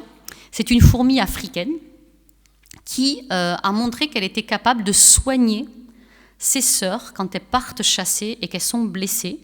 Ces fourmis-là prodiguent vraiment des soins. C'est-à-dire qu'ici, vous avez par exemple une fourmi qui s'est fait couper la patte, parce qu'en fait, ces fourmis-là, elles chassent des termites, et les termites, ils se défendent, et ils coupent les pattes des fourmis. Et donc cette fourmi-là, elle vient enduire en fait la plaie d'un antibiotique pour pas qu'elle s'infecte. Et les scientifiques, ils ont montré que si on les empêchait de faire ça, la fourmi qui est blessée meurt d'infection. Donc vraiment, elle a besoin de ce soin. Donc vous pouvez le voir ici en vidéo, une fourmi qui est en train de s'occuper d'une autre fourmi, qui est en train de lui lécher en fait les... Et donc ils ont montré comme ça que sur le lieu de combat, comme ça, on a des fourmis dont la tâche en fait est de prendre soin des autres. Alors si elles sont trop abîmées, par exemple si leur manque 2-3 pattes, elles sont ramenées au nid, les fourmis elles se mettent en position fétale et elles attendent que quelqu'un vienne les transporter au nid. Et les fourmis qui sont vraiment trop mal en point, les infirmières, entre guillemets, ne les prennent pas. Et il y a celles aussi qui simulent. Le scientifique a montré qu'il y avait des fourmis comme ça qui boitent un peu, qui font semblant un peu de boiter, pour être portées par les autres. Et quand elles voient que ça ne marche pas, elles continuent à marcher normalement. Donc des fois, elles essayent. Donc parce que des fois, voilà, les blessés sont portés. Et récemment, ce chercheur, c'est pour ça que j'en parle, parce qu'il a fait la une des médias, parce qu'il a montré que certaines espèces de fourmis, n'étaient pas capables de produire ces antibiotiques. Et du coup, elles ne pouvaient pas soigner. Et elles, ce qu'elles font, c'est la première fois que ça a été démontré, elles font de la chirurgie. Elles amputent les blessures. C'est-à-dire quand une fourmi, alors le scientifique n'est pas très sympa, il coupe un petit peu les pattes. Et ce que font les fourmis, c'est qu'elles vont amputer à un endroit pour un petit peu cautériser la plaie. Et donc elles font de la chirurgie pour sauver leurs congénères. Alors les autres, dans le niveau sacrifice, chez cette petite fourmi qui vit dans le sable, et cette fourmi-là, elles sont toujours attaquées par d'autres colonies de fourmis. Et donc le but pour elles, c'est de se cacher et d'être comme invisibles. Et du coup, chaque jour, elles sacrifient 2 fourmis. Elles les laissent à l'extérieur du nid, et ces fourmis sont là juste pour cacher l'entrée du nid et la rendre complètement invisible. Et donc chaque fois, ces 2 fourmis, elles vont disparaître. Le matin, elles se sont fait manger, etc. Les chercheurs ne les retrouvent jamais. Et le plus grand des sacrifices, c'est la fourmi Colobopsis, qui est la fourmi kamikaze. aussi, qui explose à la tête de ses adversaires. C'est le petit produit jaune que vous voyez là. En fait, elle a une glande qui va de la joue, donc de la mâchoire jusqu'à l'abdomen, qu'elle contracte, et à l'intérieur, il y a un produit extrêmement corrosif qui enferme en fait ses ennemis, mais au prix du sacrifice. Donc j'espère que vous aurez retenu de cette conférence que les fourmis, c'est leur secret finalement, c'est la coopération, l'altruisme, la résilience, et que c'est pas en fait un agrégat d'individus, une colonie de fourmis, c'est un collectif avant tout, parce que c'est l'union qui fait la force chez les fourmis. Et je vais vous laisser avec une citation de Jean-Henri Fabre. Je ne sais pas si vous le connaissez, c'était un grand entomologiste qui vivait dans ma région, en Aveyron, et qui en avait marre d'entendre cette question: à quoi sert d'étudier le comportement des insectes? Parce que c'est souvent une question qu'on nous pose. Et il répond: ici j'en vois qui haussent les épaules. Si l'unique but de la vie est en effet de gagner de l'argent par des moyens quelconques, avouables ou non, de pareilles questions sont insensées. Heureusement, d'autres se trouvent aux yeux de qui rien n'est petit dans le majestueux problème des choses. Ils savent de quelle humble pâte se pétrit le pain de l'idée, non moins nécessaire à celui de la moisson. Ils savent que laboureurs et questionneurs nourrissent le monde avec des miettes cumulées. Laissons prendre en pitié la demande et continuons. Merci.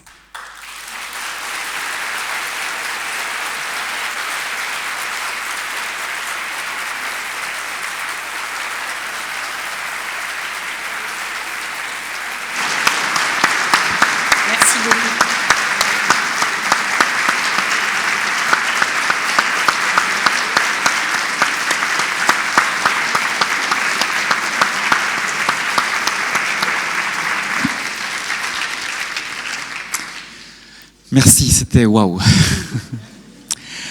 Alors, on va passer à la séance de questions, si tu veux bien, séance d'échange. On peut peut-être rallumer dans la salle, les copains, merci. Alors, qui va commencer? La première question étant la plus difficile. Je regarde Claude, qui de tradition, mais voilà. Tu vas essayer, Claude, quelqu'un? Voilà.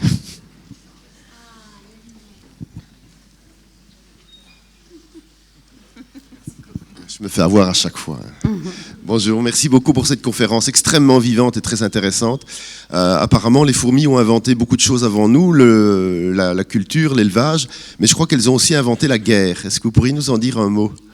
En réalité, les fourmis pratiquent moins la guerre que nous. On parle beaucoup de guerre chez les fourmis, mais il n'y a pas vraiment d'intérêt pour la colonie à la guerre, de perdre des individus. Et donc, il y a beaucoup de fourmis qui vont, comme les Iridomyrmex en Australie, plutôt faire ce qu'on appelle des tournois. C'est-à-dire qu'elles vont, comme nous, quand on défile au 14 juillet en montrant nos gros canons, en fait, elles sortent et elles montrent un petit peu leur force, et elles se mettent face à face, et il y a une colonie qui capitule avant même, en fait, d'être engagée dans le combat. Et donc finalement, on voit beaucoup des guerres de fourmis, par exemple légionnaires et des fourmis coupeuses de feuilles, mais en réalité, les fourmis, elles sont assez territoriales, donc elles vont défendre leur territoire, et elles ne vont pas forcément s'engager sur un territoire ennemi. Et donc, dans la nature, en fait, quand on va sur le terrain, on ne voit pas tant que ça de fourmis qui se font la guerre. Il y a des périodes un petit peu... Nous, à Toulouse, on a les fourmis qu'on appelle les fourmis des trottoirs, les tétramoriums, qui des fois se battent un petit peu à une certaine saison pour des histoires de territoire. Mais je pense qu'elles se font moins la guerre que nous. Bonjour. J'aurais juste deux petites questions. Quand au début de la conférence, vous parliez des larves qui pleuraient. En fait, je me demandais comment se faisait la communication réellement entre la larve et l'ouvrière ou la fourmi adulte, du moins. Alors, il y a plusieurs, ça dépend des espèces, mais alors il y a par exemple ce qu'on appelle la phéromone du couvain. C'est les larves en fait qui vont émettre une odeur quand elles sont affamées. Et il y a aussi, moi j'ai travaillé sur une espèce qui s'appelle Rhytidoponera en Australie, où les larves en fait elles agitaient la tête fortement comme ça, pour montrer leur mécontentement quand elles étaient affamées. Elles pleurent pas littéralement. Mais voilà, donc c'est chimique ou bien ça peut être aussi au toucher en fait. Merci beaucoup. Et pour la deuxième, c'était simplement par rapport aux fourmis qui ont une morsure ou piqûre réputées comme étant très douloureuses, comme la fourmi pelle de fusil ou les fourmis de feu dont vous avez parlé. Je me demandais si c'était une raison, est-ce que c'est quelque chose de mécanique ou plus quelque chose de chimique avec un venin par exemple, ou voilà. Alors, les fourmis balles de fusil, pour les gens qui ne connaissent pas, c'est aussi la fourmi 24 heures, parce que la douleur dure 24 heures. Et c'est utilisé dans beaucoup de communautés amérindiennes aussi pour mesurer en fait à quel point on est courageux, et on met des gants avec ces fourmis à l'intérieur. Alors, ce n'est pas des neurotoxines comme on peut voir par exemple chez les araignées. Ça va être juste une douleur intense. C'est plus pour chasser que pour tuer. Donc c'est plutôt pour faire fuir qu'elles vont l'utiliser plus que pour tuer. Mais ça fait extrêmement mal. Moi, je n'ai jamais personnellement été piquée par celle-ci, mais j'ai déjà été piquée par des fourmis en Australie, et ça, on peut vraiment être pas bien pendant 1 ou 2 journées.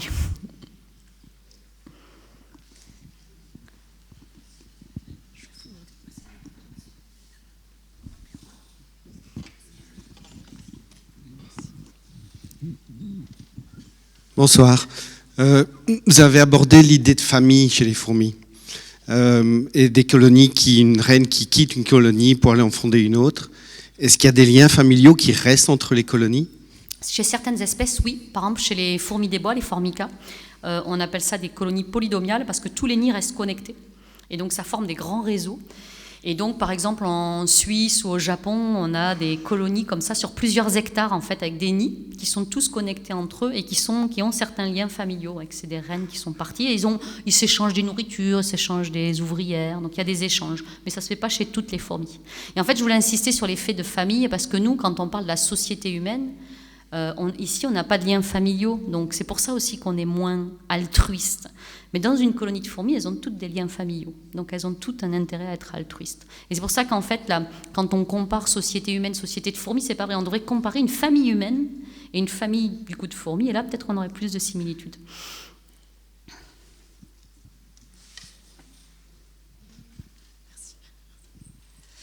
Bonsoir, merci beaucoup pour votre vulgarisation et toutes les informations, c'était super intéressant.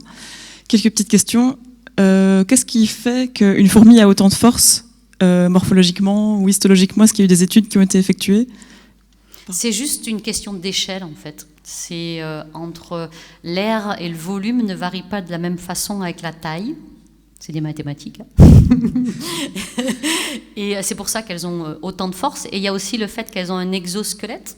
Donc elles n'ont pas le squelette à l'intérieur comme nous, mais à l'extérieur, ce qui aide aussi. Mais c'est surtout un effet d'échelle. C'est comme le fait qu'une fourmi, vous la lancez d'un immeuble, elle a peu de chance en fait de s'écraser en bas.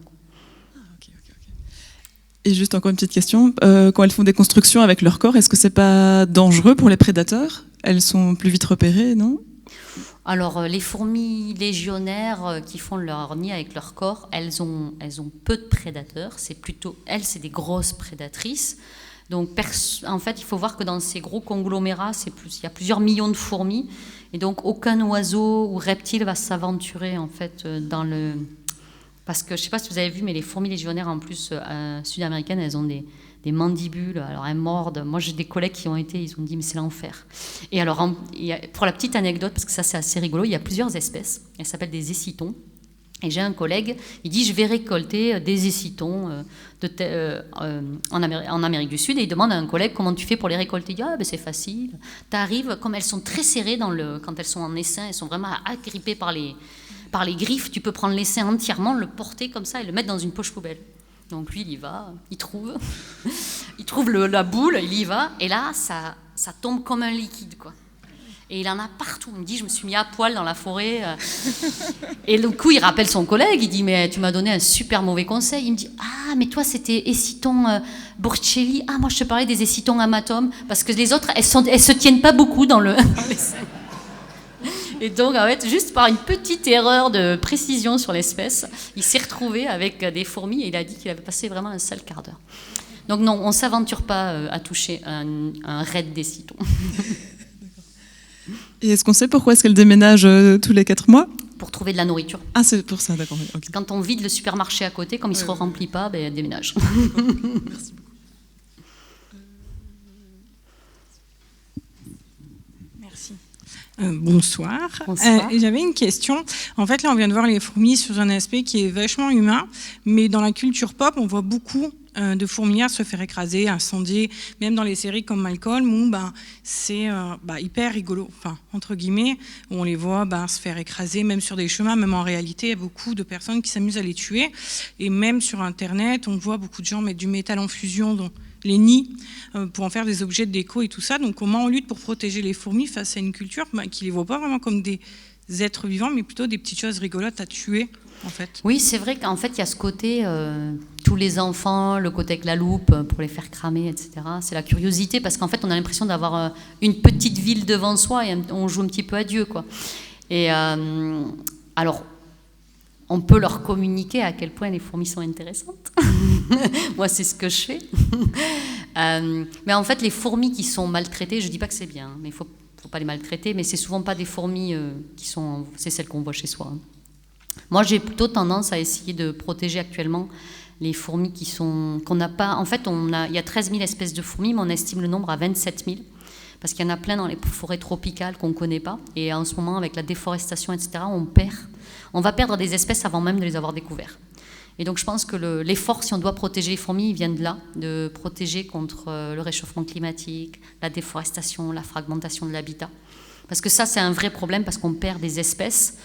Mais c'est sûr que maltraiter des fourmis chez soi, c'est pas très bien. Mais moi, quand je vais dans les écoles, souvent après, les institutrices et les instituteurs me disent « Ah, c'est marrant, maintenant, les enfants, ils enjambent les fourmis. » Parce qu'ils se disent « Ah, cette fourmi, quand même, elle est là, elle a sacrifié sa vie, elle va chercher de la nourriture pour une autre, il ne faut pas l'écraser. » Donc, en communiquant, je pense que ça peut aider.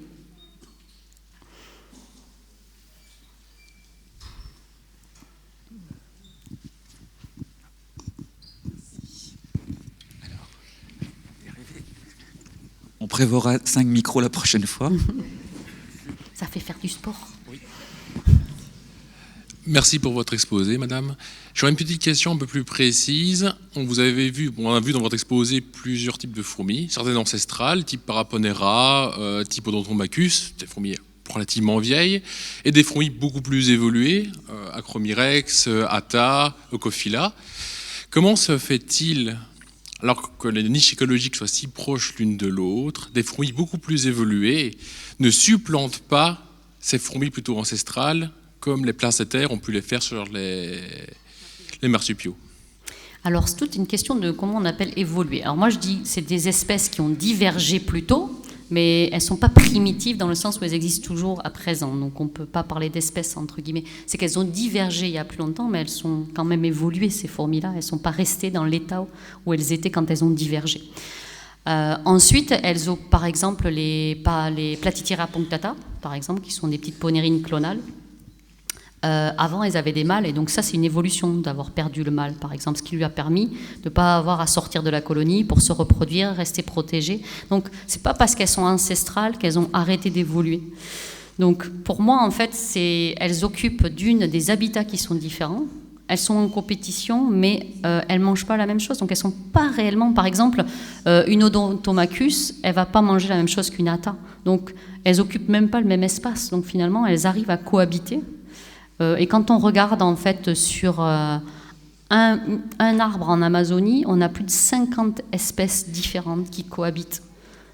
Donc moi, ça ne me surprend pas en fait. Et souvent, quand on parle des placentaires, etc., on voit que l'humain a beaucoup joué sur la disparition de certaines espèces, en fait, plus que l'arrivée de nouvelles espèces. Enfin si, l'arrivée de nous, qui est souvent en fait la majeure explication à beaucoup d'extinctions en fait, chez les placentaires en tout cas. Donc non, il n'y a pas. Alors je dis pas qu'il n'y a pas d'espèces de fourmis qui disparaissent, hein, mais le plus gros problème qu'on a actuellement en termes de compétition entre fourmis, c'est les fourmis invasives. Parce que par exemple, avec l'arrivée de la fourmi d'Argentine en France et en Europe, au sud de l'Europe, ça a chassé des fourmis qui étaient sur place, comme des messors, etc., des fourmis granivores. Sauf que les fourmis d'Argentine, elles ne font pas le travail des granivores. C'est-à-dire qu'elles ne vont pas disperser les graines. Et du coup, par effet rebond, on va avoir la disparition de certaines plantes. Et donc, il y a des déséquilibres qui se font plus avec les fourmis invasives qu'avec des histoires de divergence au niveau de l'évolution, si elles ont divergé plus tôt ou plus tard. Le vrai problème à l'heure actuelle sur la compétition de fourmis, c'est les fourmis invasives. Ça, c'est un vrai problème. Et ça, on ne le mesure pas, mais nous, en tout cas, dans le sud de la France, là où je viens, où on a la fourmi d'Argentine, il y a plein de fourmis qu'on ne voit plus, quoi.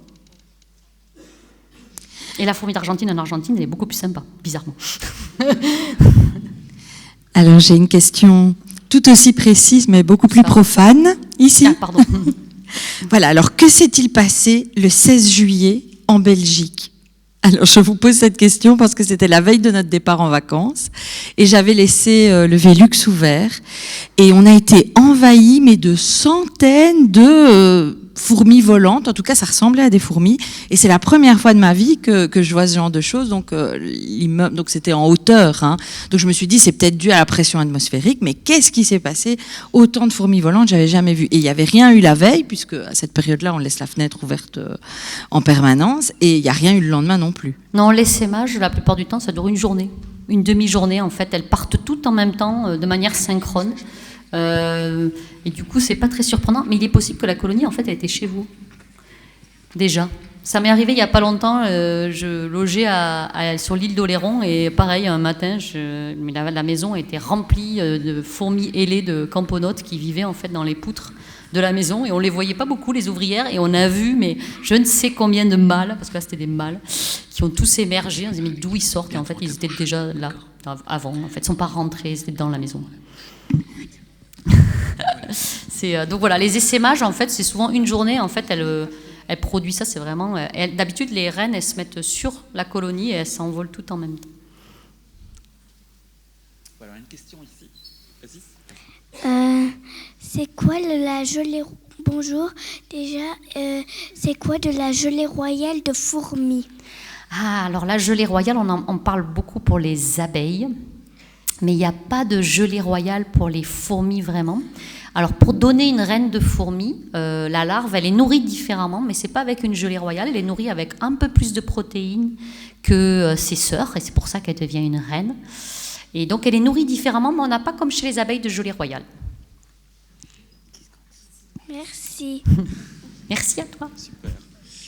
Oui, ici. Bonsoir et merci. En fait, voilà, j'avais une colonie de fourmis à la maison. Je les observais parce que j'aime beaucoup ça. Et j'avais remarqué qu'il y avait des cadavres par moment. Les fourmis les emmenaient. Et en fait, la fourmilière, je pense, du jardin montait jusque dans notre chambre. Je les avais laissés faire leur vie. Et il avait, je pense, la poubelle ou je sais pas quoi, elle jetait des pattes. Donc je m'étais posé la question, les fourmis sont-elles carnivores? Mangent-elles leurs cadavres? Non, ok. Non, elles mangent pas, mais elles font des cimetières par contre. Alors, elles font pas dans la nature, on les voit pas parce qu'en fait, souvent les cadavres, en plus très légers, ils sont disséminés par le vent. Mais dans les laboratoires, dans n'importe quelle colonie de laboratoire, dans le coin de la boîte, il y a toujours un cimetière. En fait, les fourmis émettent leurs ordures. C'est pas qu'elles traitent les cadavres avec respect ou quoi que ce soit. C'est une ordure qu'il faut mettre le plus loin possible de la colonie parce que c'est plein de germes et que ça peut contaminer la colonie. Et donc, l'endroit le plus éloigné dans la boîte, c'est toujours le coin. Et donc, elles mettent tous leurs cadavres là. D'ailleurs, elles les utilisent aussi des fois pour s'échapper, en petit tas. Et donc, dans la nature, elles le font aussi de mettre leurs cadavres dehors et de les mettre en tas. Mais souvent, il y a le vent qui les enlève et donc on ne le voit pas. Il y a certaines fourmis, comme les fourmis coupeuses de feuilles, qui ont aussi des cimetières à l'intérieur de la colonie, qui ont des chambres, en fait, qui sont carrément consacrées à la décharge. En fait, c'est des décharges. Et il y a des fourmis qui sont occupées à s'occuper de cette décharge, qui sont sacrifiées par la colonie, et elles vont jamais sortir des décharges, en fait. Et c'est elles qui manipulent, en fait, tout ce qui est un peu infecté, des petits produits, etc. Et elles vivent dans cette décharge-là. Donc, voilà. Elles sont toujours très, très propres, les fourmis. Oui. Bonjour. Bonjour. Moi, j'avais deux petites questions. Déjà, c'était très intéressant. Et qu'est-ce qui vous a donné envie de vous intéresser aux fourmis en particulier dans vos études?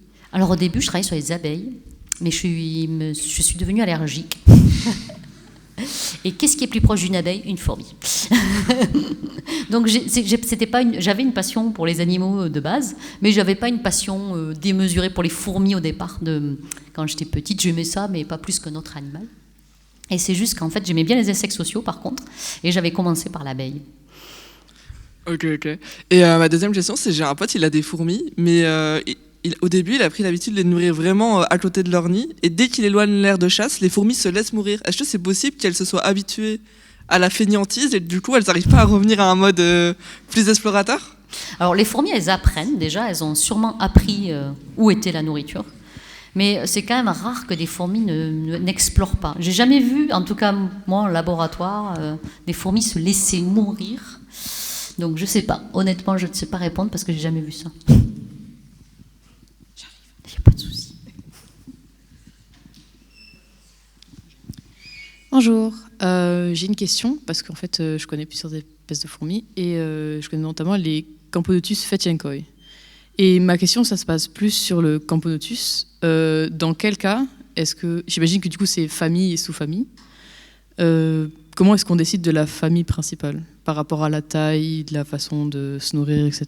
Oui, alors on parle de genre et espèce. Par exemple, Camponotus cruentatus. Camponotus, c'est le genre, et cruentatus, ça va être l'espèce. Et c'est par des caractères morphologiques. Et donc, en fait, toutes les camponotes, elles vont avoir des traits morphologiques qui se ressemblent. Et après, il va y avoir des petites variétés qui vont en faire une espèce. Et de plus en plus, on utilise aussi la génétique pour classer les espèces différentes. Donc, mais à la plupart du temps, les clés de classification, elles sont faites sur la morphologie.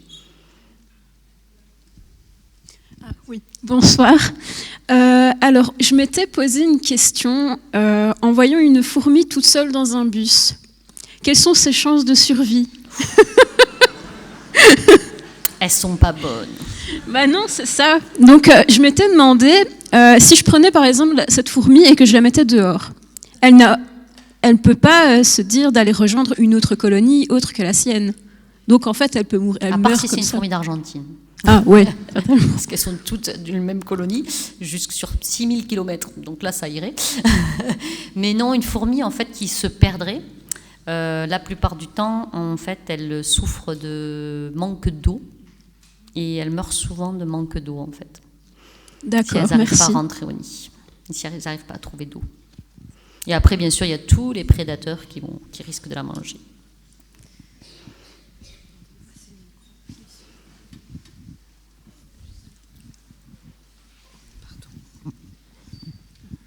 Bonsoir. Bonsoir. Vous parliez en début qu'il y avait des fourmis ouvrières, des fourmis combattantes, etc. Et des fourmis qui faisaient rien. Et en fait, j'avais lu qu'il y avait aussi des fourmis qui avaient des comportements complètement contre-productifs par rapport à la colonie. Et je voulais savoir si vraiment ça existait, en fait, parce que c'est un peu contradictoire avec la solidarité. Alors, contre-productif, c'est forcément dans l'œil de l'observateur, donc nous. Mais oui, on aperçoit souvent, quand on travaille sur les fourmis, il y a toujours une fourmi qui fait des trucs bizarres. Alors ça, on ne peut pas l'empêcher, c'est la variabilité. L'avantage, c'est qu'elle ne fait pas des trucs bizarres tous les jours. Le lendemain, elle ne va pas voir rentrer dans le rang. Si on les suit, parce qu'on peut les suivre en fait, en mettant des petites couleurs ou des petits badges. Et on voit que, par exemple, il y a certaines fourmis, il y a des jours, elles n'ont pas envie de suivre la phéromone de piste et faire leur vie. Puis le lendemain, elles vont suivre la phéromone de piste. Mais moi, par exemple, sur les fourmis, moi j'ai beaucoup travaillé sur les fourmis coupeuses de feuilles, et j'avais vu des comportements qui me paraissaient aberrants, c'est-à-dire que les fourmis qui ramenaient des feuilles, il y avait des autres fourmis qui allaient leur piquer leurs fragments, et du coup elles se tiraient l'une l'autre le fragment comme ça. Pendant au moins 3 minutes sur les petites autoroutes que je faisais, je me disais mais quelle perte de temps là, qu'est-ce que vous faites? Vous disputez un fragment. Et en fait c'est que le fragment il est hyper attractif, et du coup la fourmi, en fait ce qu'on prend des fois pour des relais, c'est plus qu'elle se pique le fragment. Alors il y en a certains qui interprètent ça comme « Oh, elle se donne un fragment », mais bon, quand ça dure 3 minutes, on ne peut pas parler de don. Et donc oui, il y a des comportements comme ça qui sont un peu... Par exemple, chez les fourmis coupeuses de feuilles, ça c'est un grand mystère, il y a par exemple 100 fourmis minutes qui quittent le nid, mais il n'y en a que 50 qui ramènent de la nourriture, et les 50 autres, on ne sait pas ce qu'elles sont parties faire. Elles partent sur 500 mètres, voire 1 kilomètre, elles vont jusqu'à la nourriture, elles reviennent, elles n'ont rien. Alors, il y a des gens qui ont dit « Ouais, elles construisent la piste ». Alors oui, 5%. Il y en a qui disent bah, « Peut-être elles ramènent la sève, elles protègent ». Mais en vrai, on ne sait pas ce qu'elles font. Et nous, en laboratoire, on a observé pareil. En plus, en laboratoire, c'est même plus. Il y a 75% qui reviennent et qui n'ont rien fait. Elles ont été jusqu'à la nourriture, et on a vu qu'elles ne faisaient rien, il n'y a rien à protéger, il n'y a rien à construire. Mais elles y vont quand même. Et elles reviennent, et pour la balade, peut-être. Mais en réalité... c'est pas du tout grave d'être contre-productif si dans l'ensemble ça marche, quoi.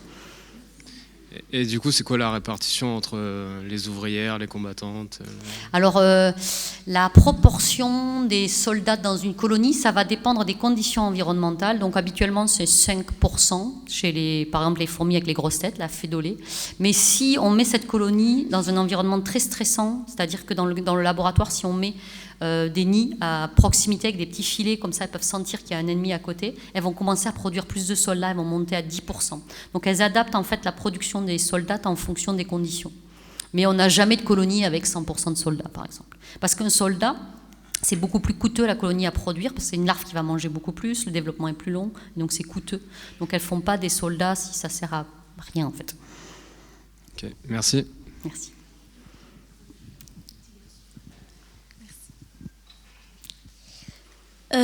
Merci pour cette conférence. Et j'ai deux petites questions. Comment bien nourrir ces fourmis en élevage? Ah, ça c'est une très bonne question parce qu'il y a certaines fourmis qui n'aiment pas certaines proies. Donc, alors, les petites mouches, les drosophiles, qu'on appelle les drosophiles, les petites mouches à vinaigre, les fourmis habituellement elles adorent ça. Après, tu as les vers de farine, tu vois c'est souvent vendu dans les magasins d'animaux. Il y a certaines fourmis qui n'aiment pas trop ça parce que c'est très gras. Et déjà, il faut les couper en morceaux. Parce que la cuticule du ver, en fait, sa peau, elle est trop dure et les fourmis, elles n'arrivent pas à la couper. Les fourmis, elles aiment bien les cafards, les blattes, pardon, les petites blattes. Mais pareil, il faut les couper en morceaux. Et alors, il faut toujours aussi leur mettre une petite solution de miel, l'idéal, avec un petit peu de miel, un petit peu d'eau sur du coton, pour toujours équilibrer, d'avoir une source de sucre et une source de protéines. Mais il ne faut pas hésiter à faire varier les insectes, parce qu'il y a certains insectes qu'elles n'aiment pas et qui ne correspondent pas à leur régime alimentaire. Donc il faut essayer plein de choses. Parce que en fait, moi, je vais les capturer dans la nature pour les mettre en élevage, mais elles ne tiennent jamais longtemps. Donc, oui. Mais je comprends ton problème. Je comprends. C'est parce que tu n'as pas la reine qui produit des nouvelles fourmis. Alors les fourmis que tu captures dans la nature, ce sont donc celles qui vont récolter de la nourriture, c'est parce que tu les as trouvées à l'extérieur, et donc c'est les plus vieilles de la colonie. Et souvent, c'est comme si tu capturais des petits vieux. Et donc ça vit pas longtemps. Elles finissent par mourir. Par contre, si tu creuses et que tu vas chercher celles qui sont à l'intérieur, tu auras les petits jeunes, et là ça durera plus longtemps. Mais l'idéal, c'est que tu prennes une reine. Comme ça, ta production sera continue. Et pour la deuxième question, quelle est votre fourmi préférée? Ça, c'est une question très très difficile, mais je dirais que c'est Crématogaster. C'est la fourmi qui a l'abdomen en forme de cœur. Parce que c'est la première fourmi que j'ai vue quand je suis allée au laboratoire à l'ULB. Ici, j'ai pas travaillé sur cette fourmi-là, j'ai travaillé sur la fourmi des jardins, la fourmi noire. Mais la première colonie que j'ai vue dans ce laboratoire, c'était cette fourmi-là, et j'avais essayé de faire une expérience dessus. Et en fait, ces fourmis-là, quand moi je faisais des petits ponts pour créer des embouteillages, et elles étaient toutes mimi, elles exploraient leur environnement, restaient à pavoiser comme ça. Et elles jouaient pas vraiment à mon jeu, à moi, donc j'avais pas pu travailler avec, mais je les avais trouvées trop mignonnes avec leurs petites antennes à essayer d'observer, pas du tout agressives et tout. Donc c'est mes préférées. Elles ont la tête rouge, et elles ont l'abdomen en forme de cœur. Merci d'avoir répondu à mes questions. Merci à toi de les avoir posées.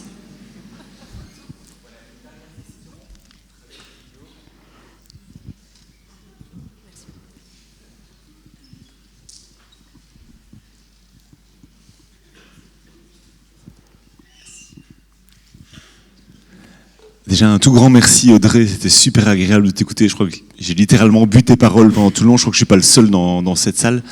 Je vais peut-être pas dire par trophalaxie, ça serait trop, mais c'était super agréable à écouter. Et du coup, j'ai une question qui suit un peu en fait la question qui était posée juste avant, c'est quelle est l'espérance de vie d'une fourmi? J'imagine que c'est très variable. Et si on prend en considération les reines, il y a cette question qui me fascine moi particulièrement, c'est comment elles font pour garder les spermatozoïdes vivants dans le spermathèque, en sachant que c'est justement une cellule qui a peu de matière nutritive finalement, oui, spermatozoïde. alors elle les nourrit peu, les spermatozoïdes sont quasi pas nourris. Elles ont des antioxydants qui permettent de conserver. Alors il y a quelques, en fait les études ont plus été faites sur l'abeille parce qu'on fait beaucoup d'insémination chez les abeilles, donc ça a été beaucoup étudié chez les abeilles, un petit peu aussi chez les drosophiles, un peu moins chez les fourmis, mais il commence à y avoir des travaux. Donc ils ont montré qu'en fait elles avaient des sécrétions dans la spermathèque qui permettaient en fait que ça s'infecte pas avec des bactéries, etc. Et il y a pour la nutrition, ils sont vraiment pas sûrs qu'en fait les spermatozoïdes soient nourris. La reine, elle peut vivre jusqu'à, ça dépend de l'espèce, mais la plus vieille, c'est 27 ans, c'est une fourmi des jardins en laboratoire. Une ouvrière, j'ai su à mes dépens que ça pouvait durer très longtemps. Parce que j'avais décidé de faire une expérience de nutrition où j'ai regardé quel était le régime alimentaire qui maximisait la survie des fourmis. Et j'avais lu dans la littérature que justement les fourmis qui sont un peu vieilles, qui sont dehors, elles vivent pas longtemps, etc. Donc je suis partie, j'avais vu 2-3 mois, je me suis dit, allez, 3 mois à venir tous les jours au laboratoire, ça va. Ma plus vieille, elle a vécu 402 jours. C'était très long. Je suis venue le jour de Noël, je suis venue le jour du réveillon. Parce que en fait, mon expérience faisait qu'il fallait que je les nourrisse tous les jours. Et il y en a une, mais je l'ai détestée. Elle est restée 15 jours. Alors, il faut que j'ai commencé avec 40 000 fourmis dans plein de petits nids, quoi. Et à la fin, il n'y en avait qu'une qui restait très longtemps, toute seule. Et franchement, plein de fois, ça m'a traversé l'esprit de, on va dire. Mais je l'ai gardée. Donc, c'est un petit outlier dans mes données. Elle est toute loin. Et donc, chez l'Asus Niger, je dirais 2 ans, une ouvrière, si on la prend très petite. Parce qu'il faut rajouter, c'est ça, entre 1 an et demi et 2 ans. Chez l'Inepithema, c'est beaucoup plus court, c'est 3 mois. On parle de l'EasyJet des fourmis, parce le développement est hyper rapide, elles vivent pas longtemps, elles sont très fragiles. Et alors, plus on a les fourmis qui ont divergé, justement, il y a beaucoup plus longtemps, elles vivent beaucoup plus longtemps. Les ponérines, ça peut aller jusqu'à 3-4 ans, une ouvrière, sans problème. Donc, ouais, il y a une grande variabilité. Mais la reine, elle vit toujours beaucoup plus longtemps que ses ouvrières. Et ça, c'est une question qui anime alors la communauté, parce qu'au départ, ce sont les mêmes larves. Elles sont juste nourries différemment. Et qu'est-ce qui fait qu'à un moment donné, quand on est nourri différemment et qu'on a une morphologie différente, etc., on vit plus longtemps? Et souvent, en plus, parce qu'en biologie, la reproduction, si on se reproduit beaucoup, on vit moins longtemps. On a toujours appris ça. Et chez les fourmis, c'est l'inverse. C'est plus on se reproduit, plus on vit longtemps. Donc il y a beaucoup de scientifiques qui essayent de comprendre qu'est-ce qui se passe chez les fourmis qui fait que la reine puisse vivre aussi longtemps. Donc il y a des facteurs épigénétiques, tout ça. Si la reine meurt, est-ce qu'une autre ouvrière peut devenir reine? Alors dans certaines colonies, oui. Ça dépend si les ouvrières sont stériles ou pas. Par exemple, chez la fourmi des jardins, où les ouvrières sont elles peuvent pondre, mais que des mâles. Elles ne pourront pas remplacer la reine. Par contre, on a des fourmis où en fait la reine, entre guillemets, c'est juste la chef, dans le sens pas de donner des ordres, mais celle qui est la plus costaud et du coup qui prend la ponte. Si elle meurt, il y a une autre qui prend la place. Et donc ça, c'est sur des fourmis qui ont divergé beaucoup plus tôt, où il n'y a pas vraiment de différence morphologique entre la reine et les ouvrières. Elles sont toutes de la même taille. Il y en a juste une qui est un peu plus agressive que les autres et qui devient la reine. Et dès qu'elle meurt, elle est remplacée. Mais chez, par exemple, les fourmis coupeuses de feuilles, là, c'est impossible. Si la reine meurt, la colonie, elle ne meurt pas. Elle va continuer à vivre jusqu'à ce que les ouvrières meurent. Mais au bout d'un moment, après 1 an, la colonie, elle perd. On la perd. Un tout grand merci. Merci. Voilà, que dire, Audrey, merci, 1000 fois merci. Et super public. Voilà, j'en reste un mot. C'est une des plus belles conférences que j'ai vues. Voilà, je te le dis franchement. Donc merci à toutes et à tous. Je vous rappelle les bouquins qui sont en vente à l'entrée, les fourmis coupeuses de feuilles de notre ami Victor, qui n'hésitera pas à répondre à vos questions. Et je ne sais pas si tu acceptes de signer quelques autographes. Oui, voilà. Faites de beaux rêves, à bientôt. Merci beaucoup. Merci Audrey.